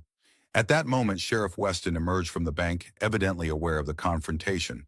He planted himself between Elijah and Barlow, hand on his holstered revolver. Gentlemen, Weston said sharply, keep this civil. If there's a dispute, let's settle it in court, not in the street. The tension crackled. Barlow's men watched Elijah with predatory eyes, guns at the ready. By now, at least 2 of Weston's deputies had flanked the group, though the outlaws still outnumbered them. All I want, Sheriff Barlow declared, is a fair exchange of property. It's Mr. Bancroft who refuses common sense." Elijah didn't respond. He had said his piece. Let Barlow simmer in the public gaze. A beat passed, Barlow exhaled, then turned on his heel. "I'll be at the boarding house," he said. "If Bancroft regains his wits, he knows where to find me." The crowd dispersed slowly, leaving Elijah and Sheriff Weston in the street. Sweat trickled down Elijah's neck. Part was from the sun's relentless heat, but more from the adrenaline spike of calling out a powerful man in front of half the town. Weston looked at him with equal measures of approval and concern. "You forced Barlow's hand publicly," the sheriff said quietly. "He's not used to that, so you can bet he'll retaliate." Elijah replaced his hat, noticing how bystanders averted their gazes. "He'll likely do it soon," he said. "Either through Poe or his guns or both." Weston nodded. "I'll keep my deputies on high alert, but we can't protect you outside town limits without spreading ourselves too thin." His gaze flicked toward the boarding house.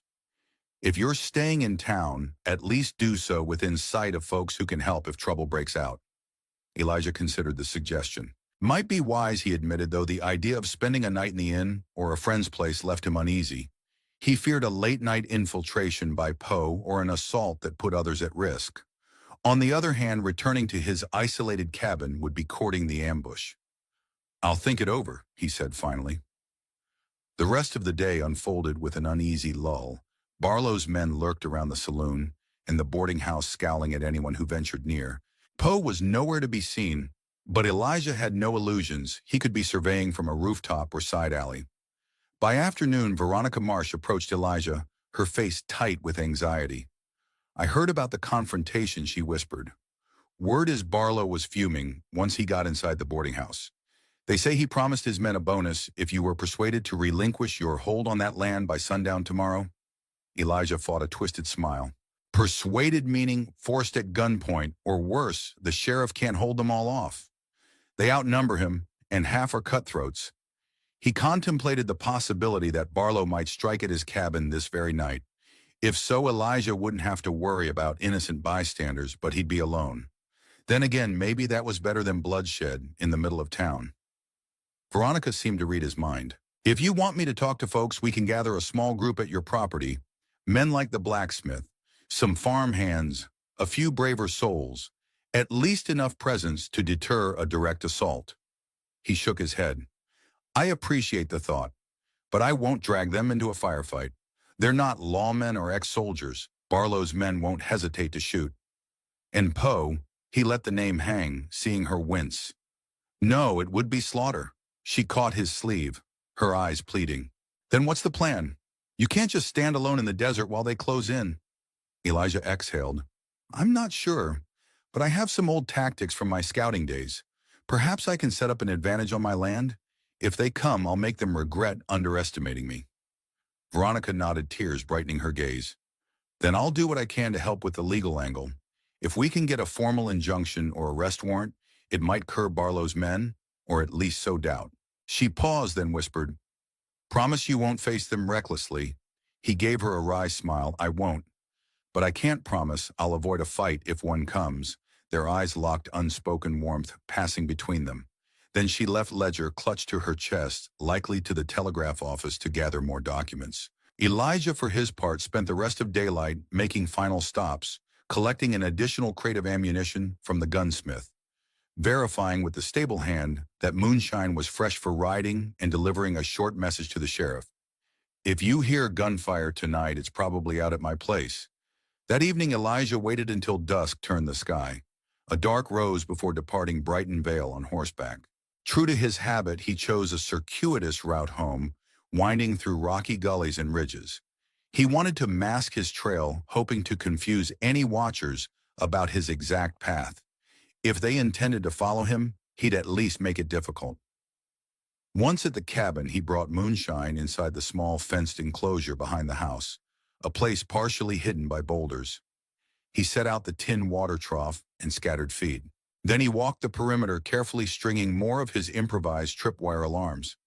Thin lines attached to clusters of metal scraps that would clatter if tripped. The contraption was rudimentary, but in the quiet desert night, any disturbance would echo. Finally, with darkness fully upon him, he took position inside the cabin, extinguishing the lantern. Through the open shutters of his front window, he could see faint moonlight painting the yard silver.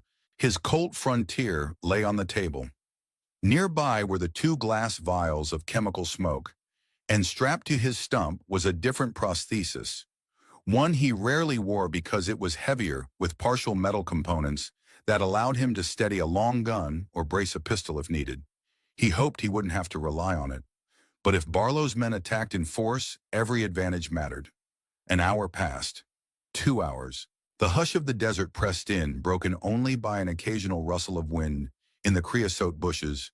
Elijah listened, counting heartbeats as though they were ticking seconds on a watch face.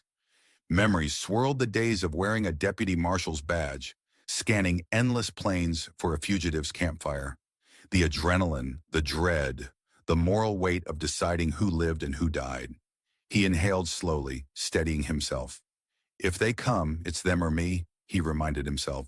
Midnight neared, and he felt the first stirrings of phantom pain in his missing hand, a common occurrence when tension ran high. He massaged the stump briefly, then froze as a distant clink reached his ears, faint but unmistakable. The sound of something hitting metal. He snuffed his shallow breathing, listening intently. Another clink followed by a scrape. The tripwires, they were being tested or discovered. The intruders moved carefully, but the dryness of the desert made stealth difficult. Elijah stood pressing his back against the wall beside the window. He peered out, scanning the yard. The moon had drifted behind a cloud, leaving the area in near-pitch blackness. Then he saw a flicker of movement, a silhouette crossing from the side toward the front door. Another silhouette shifted near the corner. 2, maybe 3 men. He strained his ears. Their footsteps sounded measured, not like amateurs. One figure crouched low by the door, likely picking the lock. Elijah contemplated letting them enter, but that left him at risk if they fanned out inside. Instead, he reached for one of the vials and quietly set it in a contraption near the windowsill. A small mechanical timer he'd built that after a few seconds would shatter the glass container and release the chemicals. He triggered the timer, then slid back, gripping his revolver. The second figure had just reached the window. A soft hiss preceded the device's activation, and thick white smoke began billowing from the windowsill, pouring outward. Curses erupted outside the men, caught off guard by a sudden cloud that burned the eyes and nostrils. Elijah sprang to the door, flinging it open to see swirling smoke. 2 shapes stumbled, coughing. He fired a single shot into the ground near them, a warning. "Clear off my land," he shouted, voice echoing. "Next shot won't miss." One of the men lunged sideways, possibly raising a weapon. Elijah's left hand jerked the Colt Frontier up, and he squeezed the trigger. The muzzle flash lit the night for an instant. A shout of pain followed as the man stumbled, dropping his gun. The second figure dove for cover behind a rain barrel. Elijah could hear footsteps from around the cabin, others reacting, possibly Quinn or Decker. Was Poe among them? Bullets whined past, striking the cabin's outer walls. The night exploded into chaos. Smoke drifted in patches, half obscuring the yard. Elijah retreated to a position near the front window, steadying the Colt on the lip of the sill. More shots rang out. He counted muzzle flashes, 2 from the side, 1 from the front. 3 assailants at least. He aimed carefully and fired, hearing a startled yelp. Another bullet slammed into the wooden frame just inches from his head. So much for a quiet night. Elijah Bancroft crouched behind the splintered remains of his cabin window, heart hammering in his chest as gunfire erupted outside. Smoke wafted through the yard, illuminated by flashes from muzzles. The acrid stench of burned powder mixed with the chemical fumes of his improvised device. He heard at least 3 distinct weapons firing, likely Quinn Decker and 1 more, though he couldn't confirm if Wade Bixby himself was part of the assault. Judging by the furious barrage hammering the cabin walls, they were attempting to keep him pinned down. Tamping down old anxieties, Elijah's training took over. He counted the intervals between each shot, seeking a rhythm. He guessed the men were scattered around the perimeter, advancing in tandem. With carefully measured breath, he leaned out just enough to glimpse silhouettes darting behind cover. He squeezed the trigger once, hearing a distant yell. A bullet smashed through the cabin's front door, gouging a fist-sized splinter. Another whizzed past his ear. The little building was sturdy, but it wouldn't stand up to a siege. and Elijah suspected they had more reinforcements waiting in the darkness. He weighed his options. If he stayed put, they might burn him out or rush him all at once. If he fled through the rear door, they'd likely have a man posted to catch him in the open. A fleeting thought, was Marcus Poe among them, or was he waiting at a distance with a rifle scanning for any sign of me? He gritted his teeth. Perhaps he could use his second vial of smoke, but that would only mask his movement for a short while. Then again, a short while might be enough to dart away. The trouble was, he couldn't leave this place undefended. His entire claim, his land, the spring, the cabin, was what they aimed to seize or destroy. Still, preserving the land mattered little if he was dead. Shots continued peppering the walls. One bullet shattered the lantern on the table, sending shards of glass across the floor. Elijah realized they must have circled closer, emboldened by his seeming inaction. He flicked his gaze to the side window and spotted a pair of boots edging into view. Swiftly, he pivoted and fired twice. The shape dropped, cursing. More return of fire raked the cabin, forcing Elijah to flatten himself. His wooden prosthesis clacked on the floor. A memory of past firefights flashed in his mind, barricaded standoffs against outlaws who'd sworn never to be taken alive. Except this time, he was on the receiving end. He swallowed back old guilt and focused on survival. Another rush of footsteps. He heard someone yelling, "Throw the lamp oil in. We'll smoke him out."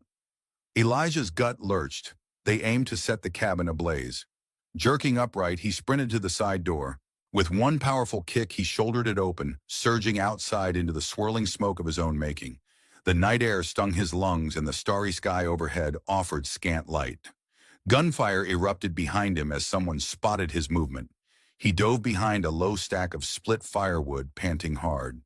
The acrid taste of dust and adrenaline coated his mouth. A shape loomed at the edge of the woodpile, a man with a bandana covering his face. Elijah raised his Colt, but the attacker flung himself forward. They grappled, rolling across the dirt. A flash of steel glinted. His foe wielded a knife. Before the blade could strike, Elijah twisted sideways, using the metal brace of his prosthetic to block the man's arm. Then he jammed the Colt's barrel against the attacker's ribs and fired. The man collapsed with a strangled cry. Heart-pounding, Elijah scrambled to his feet, scanning for more threats. Two more shapes hurried from the corner of the cabin, rifles leveled. That was enough. Elijah yanked the second vial from his belt, hurled it toward them, and fired a shot at the ground beneath it. The glass shattered, and a sudden plume of biting smoke cascaded upward. He heard coughing confusion and seized that moment to dash toward a clump of juniper bushes behind the cabin. If he could break free into the rocky ravine, maybe he could circle around and pick them off from a better vantage. He crested a small rise in the dark, stumbling over loose rocks. Wheeling around, he peered downhill to see flickers of orange near the cabin's front wall. They had tossed lamp oil, and small flames licked along the dry logs. Shouts rang out as the attackers regrouped. Elijah crouched, breath ragged. He felt a sting in his left shoulder and realized a bullet had grazed him. A warm trickle of blood coated his shirt sleeve. Wincing, he steadied the revolver, trying to see who was gathering down there. Through the drifting smoke, a silhouette emerged in command. Wade Bixby's gruff voice calling instructions. "Spread out, I want eyes on every side." He might have run. Another man answered in the negative, scanning the perimeter. Elijah counted 5 or 6 figures near the cabin. 2 were down, moaning, or still. The flicker of flames grew stronger, reflecting on the men's faces. His stomach turned at the sight of his home igniting, but heartbreak had to wait. He reloaded the Colt as best he could, fiddling with bullets in the dark left hand, trembling slightly from adrenaline. I can't let them burn me out and claim victory. He had a chance if he could lure them away from the main group, picking them off. He inhaled, ignoring the phantom ache in his missing hand, and crawled sideways, seeking a vantage among some rocks. A bullet zipped overhead. They must have spotted him. He spotted Quinn climbing a slight incline on the opposite side, rifle raised. Another man flanked Quinn, possibly Decker. Elijah exhaled, remembering his old sharpshooter training. You have 3 seconds to aim true. He steadied the revolver on a rock. The first shot whipped past Quinn, forcing him down. The second shot hit Decker's leg. He collapsed, swearing loudly. Quinn returned fire, the muzzle flash briefly illuminating his twisted sneer. Elijah flattened himself. One bullet ricocheted off stone near his head, sending sparks. Another impacted the dusty ground inches from his knee. The range was pushing the Colt's accuracy, but he had no choice. He felt the power of each recoil as he squeezed the trigger again. The shot going wide, Quinn ducked behind a boulder reloading. They're pinned, but so am I. Meanwhile, Bixby and the others near the cabin had presumably realized Elijah wasn't inside.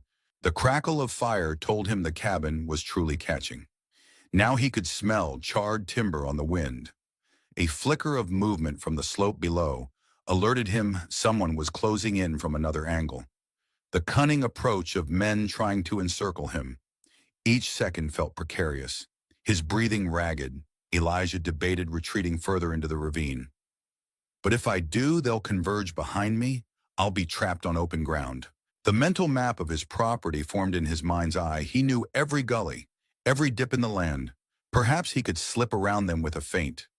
He holstered the Colt crouch, walking to a scraggly cedar tree. There he paused.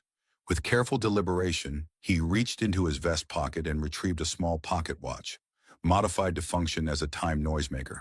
He set it for 30 seconds, then tossed it down the slope behind a bush. The tiny gears inside would trigger a shrill ringing. Maybe it would draw the attacker's attention, making them think he was there. Then he crept in the opposite direction, wincing from the shoulder wound. Sure enough, within a half-minute, a sharp chime echoed from the bush. Over there, someone shouted. 2 men hustled that way. Guns raised, Elijah used the distraction to pick his way east, deeper into the ravine. His mind churned with conflicting emotions, anger at the cabin's destruction, sadness at losing 6 years of quiet life, determination to survive this fight. Maybe it was always going to end like this, he thought grimly, when I refused to bend to men like Barlow. Tucked amid jagged rocks, Elijah risked a glance back. The cabin's roof now glowed with flames, sending sparks dancing into the star-littered sky. Despite the sorrow clawing his chest, he set it aside. This was about more than a building. It was a contest of wills, his defiance against the merciless greed of Barlow and the brutality of hired killers. He needed to persevere to expose Barlow's crimes to ensure the people of Brighton Vale were safe from this tyranny, and he admitted inwardly, I need to survive, if only to see that justice done. A scraping sound to his left jolted him. He ducked as a bullet whirred overhead. Someone had sighted him in the faint moonlight. Hugging the ground, he recognized the shooter as Quinn crouched behind a boulder 20 yards away. Quinn shouted, He's here, over by the big rocks. That cry would draw others. Elijah had only seconds to act. He steadied his Colt, ignoring the heat throbbing in his shoulder, and fired 3 times in quick succession. One shot struck the boulder, another whined off into the distance, but the third must have clipped Quinn because he yowled in pain. Then footsteps pounded from behind. Elijah whirled to find Wade Bixby's revolver extended. They nearly collided in the dark. Bixby fired once, grazing Elijah's side. Pain seared through him, almost buckling his knees. With a desperate twist, Elijah slammed his metal-braced prosthesis into Bixby's arm, spoiling his aim. Bixby grunted, shifting sideways, their eyes locked. Bixby's full of mean determination, Elijah's blazing with defiance. Another shot roared. Bixby grimaced, staggering. Someone else had fired from behind Bixby, and Elijah braced for more bullets. But to his amazement, Bixby toppled forward with a bullet hole in his upper back. Standing a short distance away, pistol still raised, was Sheriff Weston. Flanking the sheriff were 2 volunteer riders from town. Drop your guns, Weston barked at any attacker. Within earshot, Elijah exhaled in profound relief, though the agony of his wounds made each breath a trial. He almost slumped, but forced himself upright.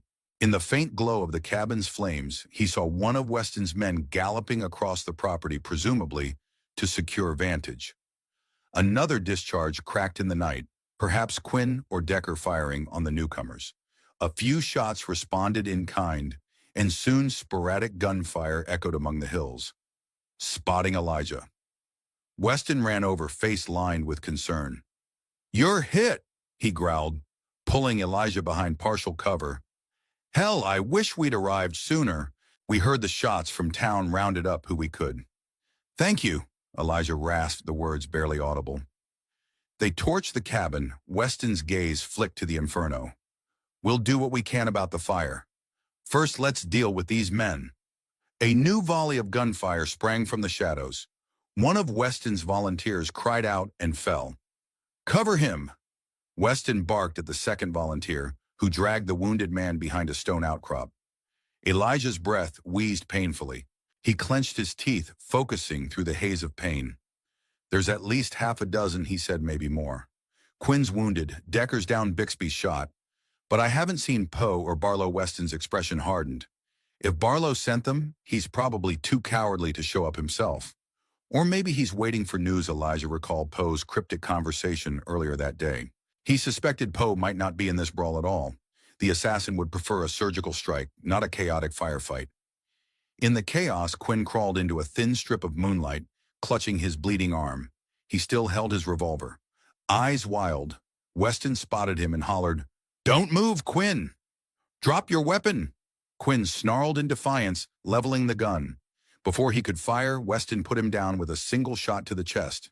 The outlaw collapsed in a heap, the weapon clattering away, panting. Elijah surveyed the immediate area. Most of the gunmen had either fled fallen or were pinned down by Weston's posse. Flames consumed the cabin, which crackled in a sickening roar. Embers spiraled into the night sky. Deep inside, Elijah felt an ache for the place he'd called home. But he also felt gratitude that at least the sheriff and some townspeople had shown up.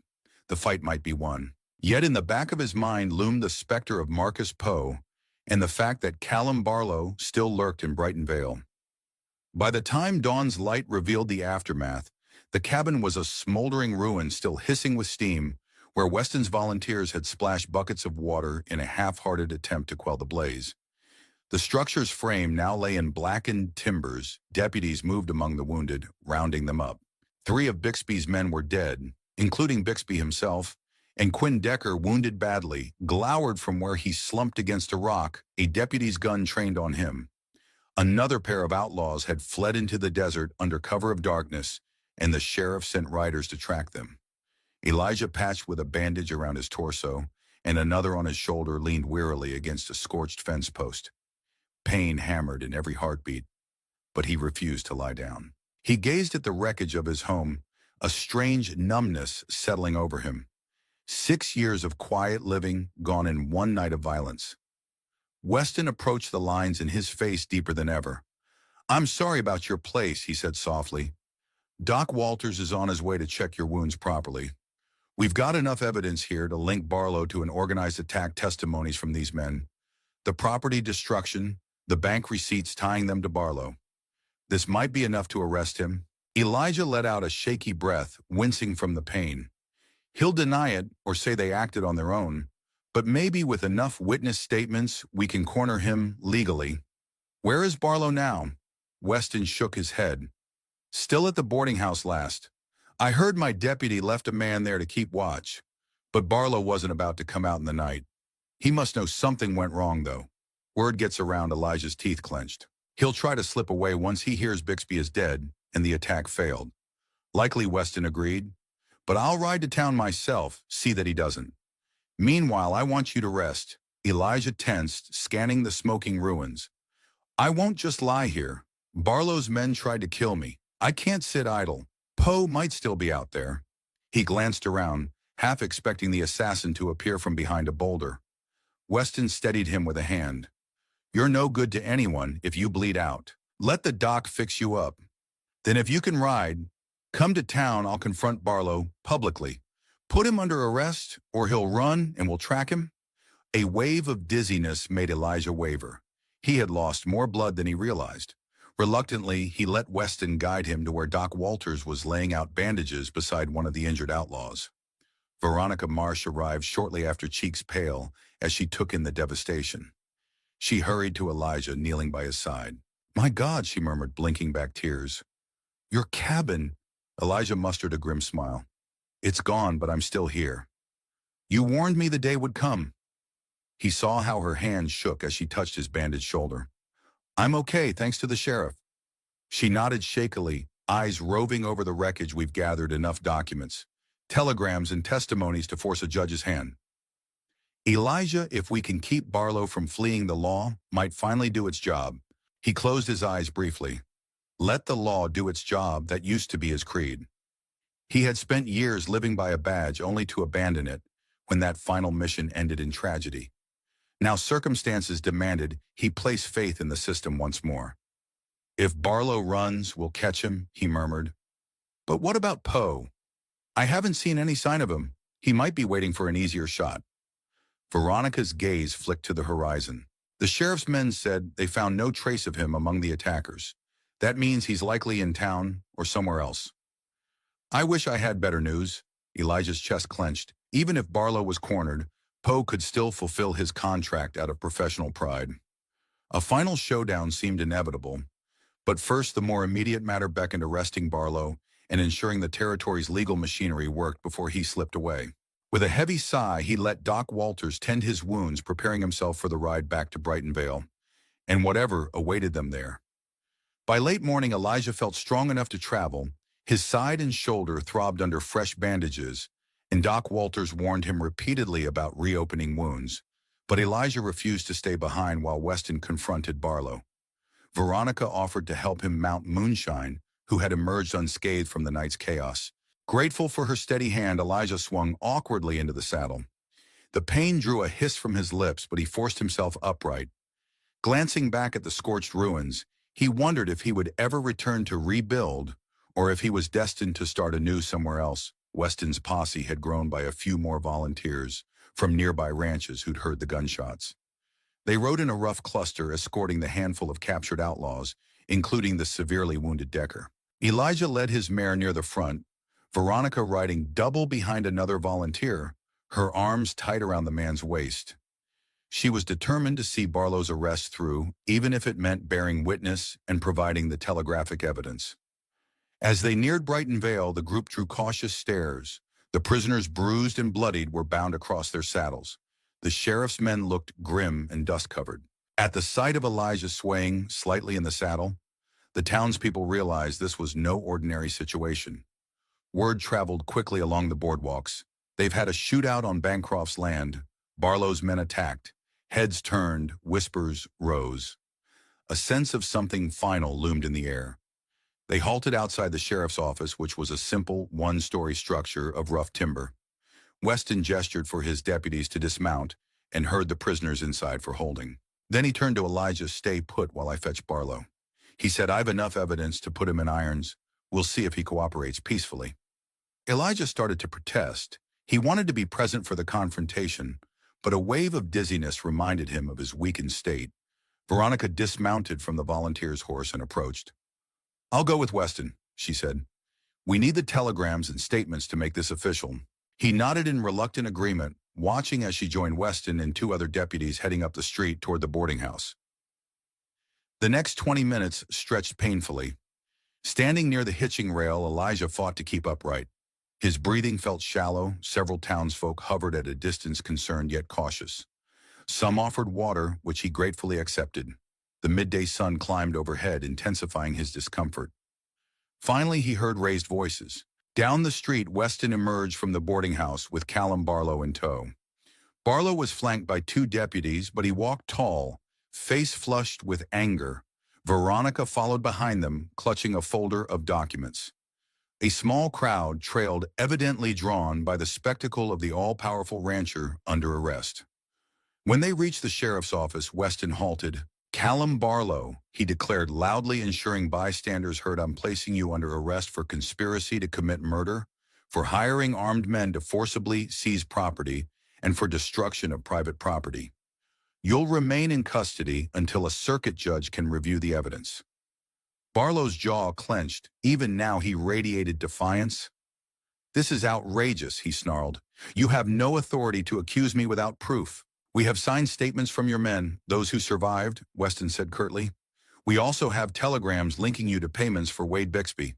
The final straw was the overnight attack on Bancroft's cabin. Barlow's gaze shifted to Elijah, who watched from astride Moonshine. Recognition of failure flickered across Barlow's features. You think this little farce will hold up in court? I have powerful allies in Helena, in the territorial government. Weston's mouth set in a hard line. We'll see if they stand by you once they learn what you've done." The sheriff nodded to his deputies. They escorted Barlow, still sputtering protests, through the jailhouse door. As relief warred with lingering anger in Elijah's chest, he slumped slightly in the saddle. It was done, at least on paper. Barlow was arrested. Yet he wondered, where is Marcus Poe? And is this truly over if the assassin is still roaming free? Veronica hurried to Elijah's side, her eyes bright with equal parts triumph and concern. "We did it," she breathed. "He's under arrest. Unless his allies pull something drastic, the judge will rule on him soon." She reached up, placing a hand lightly on Elijah's knee. "You should rest. You're still bleeding." Elijah nodded, wincing as a spike of pain lanced his torso. "I'll head to the doctor's place." But he hesitated, scanning the street. Shuttered windows, a few curious onlookers. Poe hasn't shown himself. He could strike at any time, especially now that Barlow's arrest might invalidate his contract. Unless Barlow arranged payment beforehand, Veronica's lips thinned. Marcus Poe might decide to settle the score on principle. An unfinished job can tarnish a hired killer's reputation.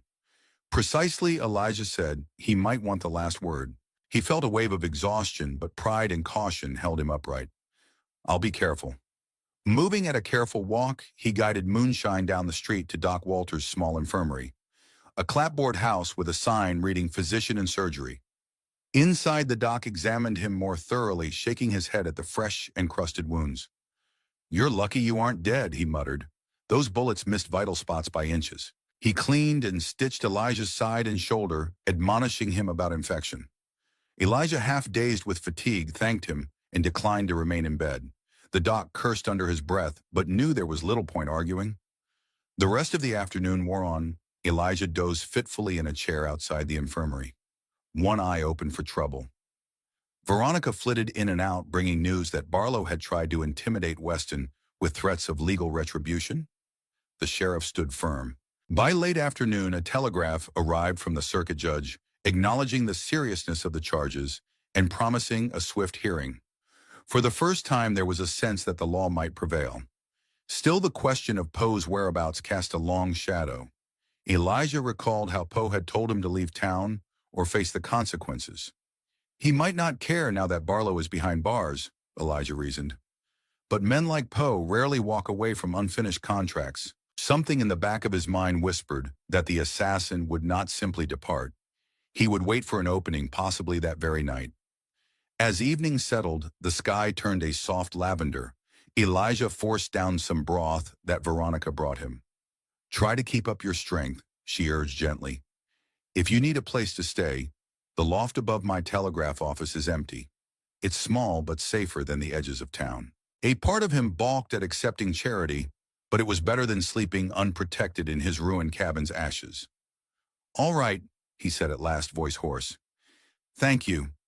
He rose stiff and sore, walking slowly beside her.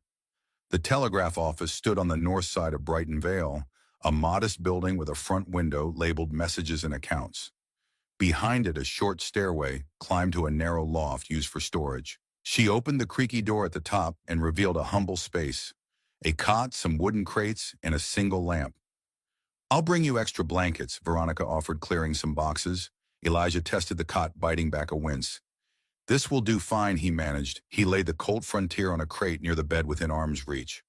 Through the loft's tiny window, he could see the last sunlight, fading pastel clouds drifting along. He wondered if he might finally sleep without fear of intruders. Yet the memory of Poe's measured tone in the hills refused to leave his mind. "Get some rest," Veronica said softly. "I'll be downstairs if you need anything. Please try to let yourself heal." Then she stepped out, gently pulling the door shut behind her. Alone in the dim loft, Elijah listened to the telegraph's faint clicking. Below, an incessant rattle of incoming messages. He exhaled shakily, letting the tension seep from his limbs. For the first time in many years, he had no home to return to, yet somehow he felt less alone than ever before. Exhaustion finally pulled him into a turbulent sleep. He dreamed of billowing smoke, the blaze of his cabin, and the echo of gunshots in endless repetition. At some point late into the night, a noise jolted him awake. His eyes snapped open, heart hammering. The lamp was turned low, and from under the door he saw a thin strip of light. All was quiet except for the faint tick of a clock somewhere below. He remained still, straining his ears. Had he imagined the sound, or was something amiss? Seconds dragged. He heard a subtle creak, possibly the building's timbers settling. Then another creak, softer, like a stealthy footstep. Instantly, his pulse surged. Someone is inside. Slowly, he reached for the Colt Frontier at his side, careful not to shift the bedding. Another gentle step. It was definitely a person moving carefully through the telegraph office below. He prayed Veronica wasn't at risk. Surely she would have locked the door, or was forced to unlock it, his mind whispered. A flicker of movement crossed the faint line of light under the loft door. Elijah tensed, pain flaring in his stitched wounds. If it's Poe. Quietly he slid off the bed, pressing his back against the wall near the door's hinges. With the revolver in his left hand, he waited. Another moment of silence. Then the handle turned and the door inched open. Cool night air seemed to suck inward. In the dim space, he caught sight of a slender figure stepping inside, wearing a dark coat. The figure paused, scanning the loft. Elijah counted 2 heartbeats, then whipped his arm around, pressing the Colt's barrel to the intruder's head. "Don't move," he hissed, a tense hush broken by the intruder's measured exhale. "You are good," came a smooth voice. Marcus Poe. Elijah's chest constricted. The assassin's calm was unnerving. "I half expected you to be slower, given your injuries," Poe continued softly. "How did you get in?" Elijah demanded, pressing the gun harder. Poe made no sudden moves, though. Elijah sensed the man's entire body coiled like a striking serpent. "Where's Veronica?" "Asleep in the back room," Poe answered evenly. The front door's lock wasn't difficult to pick. "I came quietly, not wishing to wake her. You're my only concern." Elijah's mind raced. If he fired now, would it be justified? Poe was here to kill him, presumably. Yet the man stood motionless, unarmed, hands raised slightly in the gloom. "You want to finish your contract?" Elijah asked, voice tight. "Even though Barlow's arrested?" "Yes, the contract is void, legally speaking," Poe admitted, "but I don't enjoy leaving a job incomplete." "My reputation matters," Elijah's finger flexed on the trigger. "Is your reputation worth dying for?" Amusement glimmered in Poe's tone. "Perhaps, but you should know I have a dagger sheathed inside my coat. If you pull that trigger, you might kill me, but not before I stab you." "Are you certain you'll survive that in your current state?" Cold sweat beaded on Elijah's forehead. He could be bluffing, but something about Poe's composure said otherwise. "Why not walk away, Poe? You don't owe Barlow anything. He's locked up." Poe chuckled softly. "It's not about owing, it's about principle. However, I did come to offer you an alternative, a duel at dawn outside town away from innocence. If you lose, my reputation remains secure. If you win, I'll leave and never trouble you again." The proposal stunned Elijah. A formal duel was the kind of old-fashioned code some hired guns clung to. He inhaled, mind racing. If he refused, Poe might attack him here, risking Veronica's life. If he agreed, at least there would be rules, some measure of control. Where he asked, an old clearing east of the church beyond the orchard. "You know it," Poe responded quietly. Elijah did, picturing a flat stretch near the orchard's edge. "Fine," he said at last, dawn. He felt rather than saw Poe's quiet satisfaction. Without another word, the assassin slid back toward the stairs. Elijah held the gun level until the figure vanished, then slumped, muscles trembling. A duel at sunrise. After all these years of trying to live peacefully, he sank onto the cot, listening as Poe's footsteps faded into the night. There was no going back now. At first light, Elijah rose, leaving a hastily scribbled note for Veronica. Gone to meet Poe, do not follow. He feared she would try to intervene, risking her life. Slinging the Colt Frontier and an extra pouch of ammunition, he slipped from the telegraph office without disturbing her. The eastern sky glowed faint with oranges and pinks, heralding dawn. As he walked toward the orchard, each step jarred his stitched wounds, but adrenaline helped dull the ache. He recognized the madness of this course, meeting a professional killer in a one-on-one duel. Yet any other option endangered the people around him or forced him to constantly look over his shoulder. At least a duel would end this one way or another. Morning dew shimmered on low grasses as Elijah crossed the orchard's outer fence. The scent of dust and blossoms mingled. Near a stand of gnarled apple trees, he spotted a lone figure. Poe stood upright, coat folded neatly on a branch. He wore a simple dark vest, his posture relaxed, arms at his sides. A sunbeam highlighted the silver pistol holstered at his hip. Elijah approached cautiously, halting 10 paces away. They stared at each other in the hush of pre-dawn. Overhead, a few birds twittered, unaware of the impending violence. Poe's expression was unreadable, but his eyes shone with a predatory gleam. "You came," he said softly. "I suspected you would. You strike me as a man who sees things through." Elijah didn't bother with banter. "Let's make this quick, rules." Poe inclined his head. "A fair draw at sunrise, guns only. We stand back-to-back, walk 10 steps, then turn." The usual formalities of a duel, Elijah inhaled. He had dreaded this moment since the day he'd recognized Poe's presence. Agreed, they turned away from each other, backs almost touching. Poe counted the steps, his voice eerily calm. 1, 2, 3. Elijah matched each step, the ground uneven beneath his boots. He tried to ignore the throbbing in his side. 4, 5, 6. Focus, he told himself. He recalled the sharpshooter discipline, the fierce concentration that once earned him the nickname Timekeeper. He tried to quiet the noise of pain and fear. 7, 8, 9, 10. They turned simultaneously. Poe's hand flashed to his holster with lightning speed. The pistol clearing leather, Elijah's own left hand whipped down, grasping the Colt's handle. He felt a sear of anguish in his shoulder, but he forced the draw. Time seemed to slow, as it had in so many crucial moments of his past. He saw Poe's muzzle coming up, aimed at his heart. He squeezed the trigger, praying his aim was true. A thunderous roar shattered the orchard. Calm, Elijah felt a slam against his chest as though a mule had kicked him. He staggered, firing again. Across the clearing, Poe jerked sideways, blood blossoming across his vest. 2 more shots rang out. Elijah wasn't sure who pulled the trigger. Birds erupted from the apple trees in a panicked flock. For an instant, both men stood, guns smoking.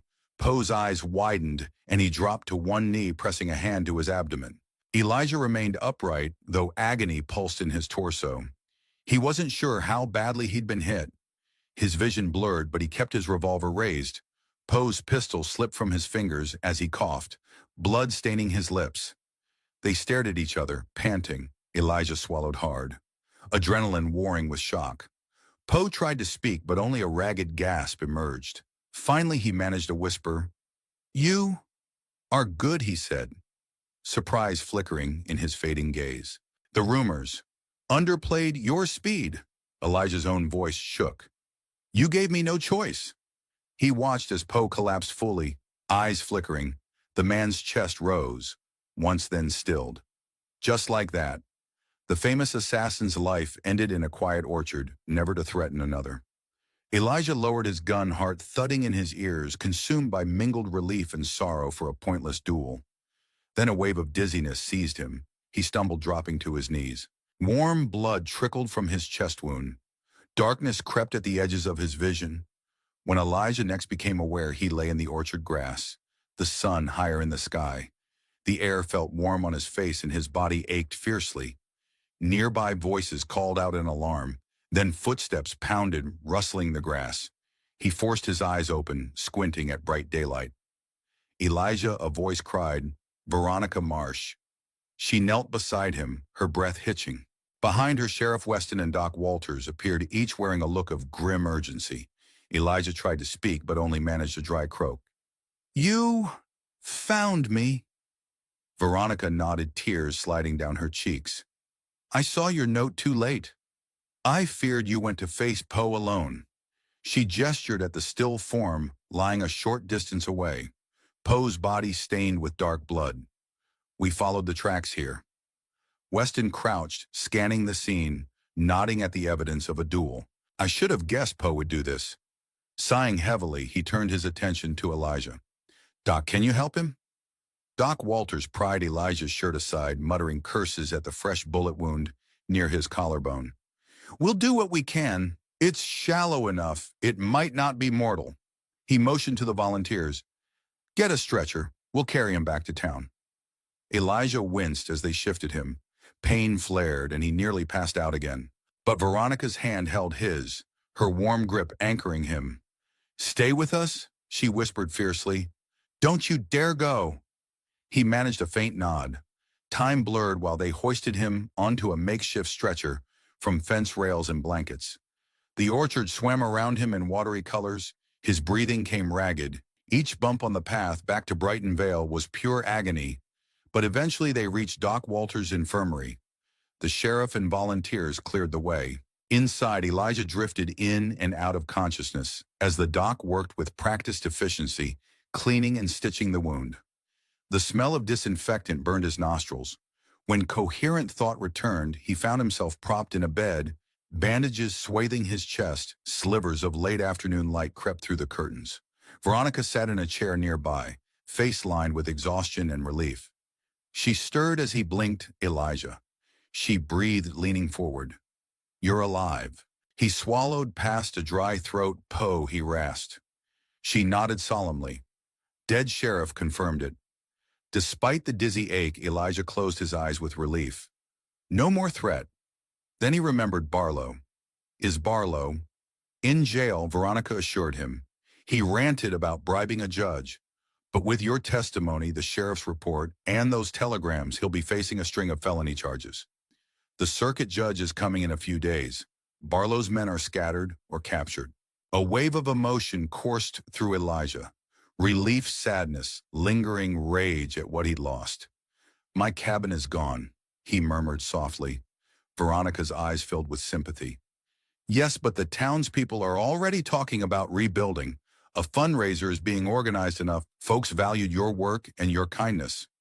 These past years, Elijah's breath hitched. For so long, he had kept himself at arm's length, believing he had no ties or place in any community. Yet now, even after witnessing what he truly was capable of killing to defend himself, Brighton Vale's people hadn't turned away. He realized tears slicked his cheeks. "They don't have to do that," he whispered. Veronica gently dabbed his face with a handkerchief. "They want to, Elijah. You're part of this town, whether you admit it or not." She paused, emotion catching in her throat. Sheriff Weston also mentioned, "If you ever want to wear the badge again, he'd make you a deputy in a heartbeat." Elijah let out a trembling laugh that dissolved into a cough. "I've had my fill of gunfights," he said weakly. "But maybe there's middle ground, helping uphold the law without strapping on that title full-time." Beneath the jokes, a glimmer of possibility stirred. The part of him that once took pride in protecting others had reemerged these last days. Perhaps he could serve justice in small ways, balancing both the craft of clockmaking and the vigilance of a born lawman. Over the following weeks, Elijah slowly healed in Doc Walters' care.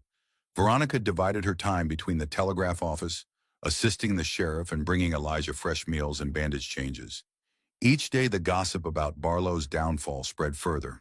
Smaller ranchers, including Lucinda Hall and others once intimidated, stepped forward with testimonies that bolstered the case.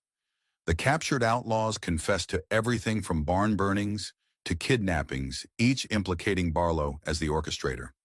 Despite Barlow's attempts to leverage influence, the territorial judge ruled there was sufficient cause to hold him for trial.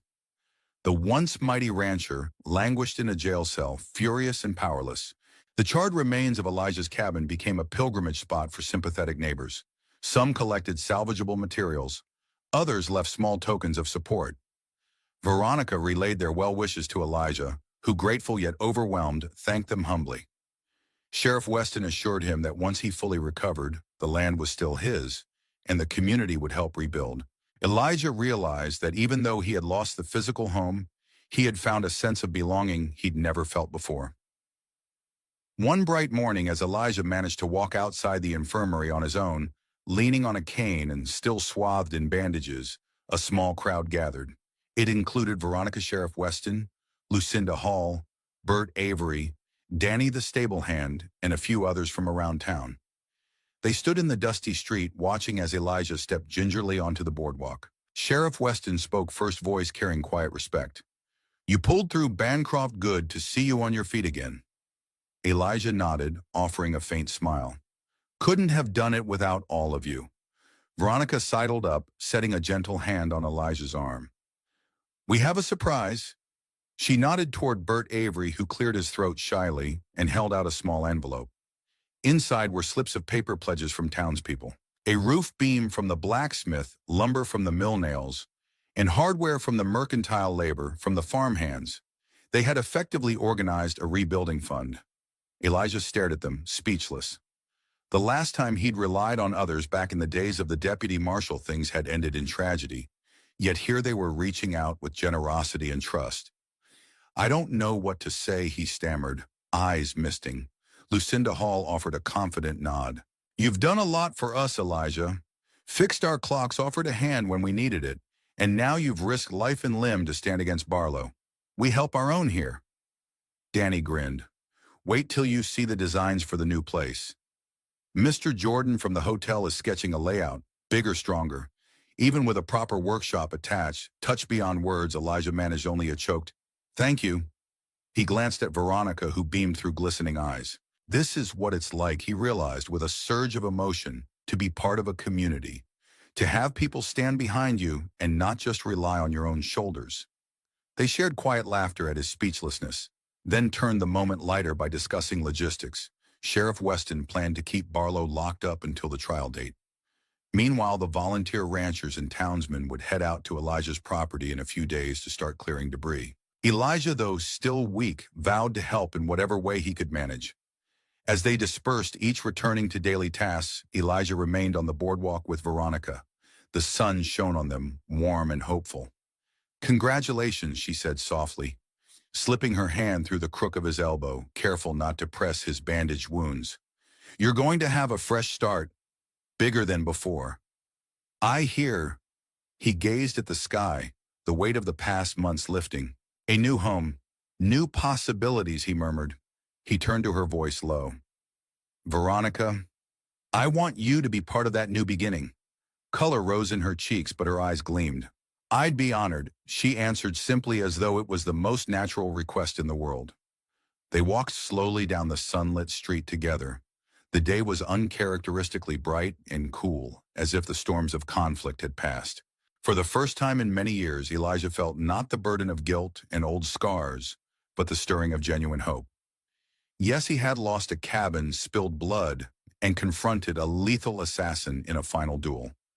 But he had found something far greater, a chance for healing, for belonging, and for becoming the man he was always meant to be. The timekeeper and the clockmaker, protector and craftsman, woven into one whole person at last.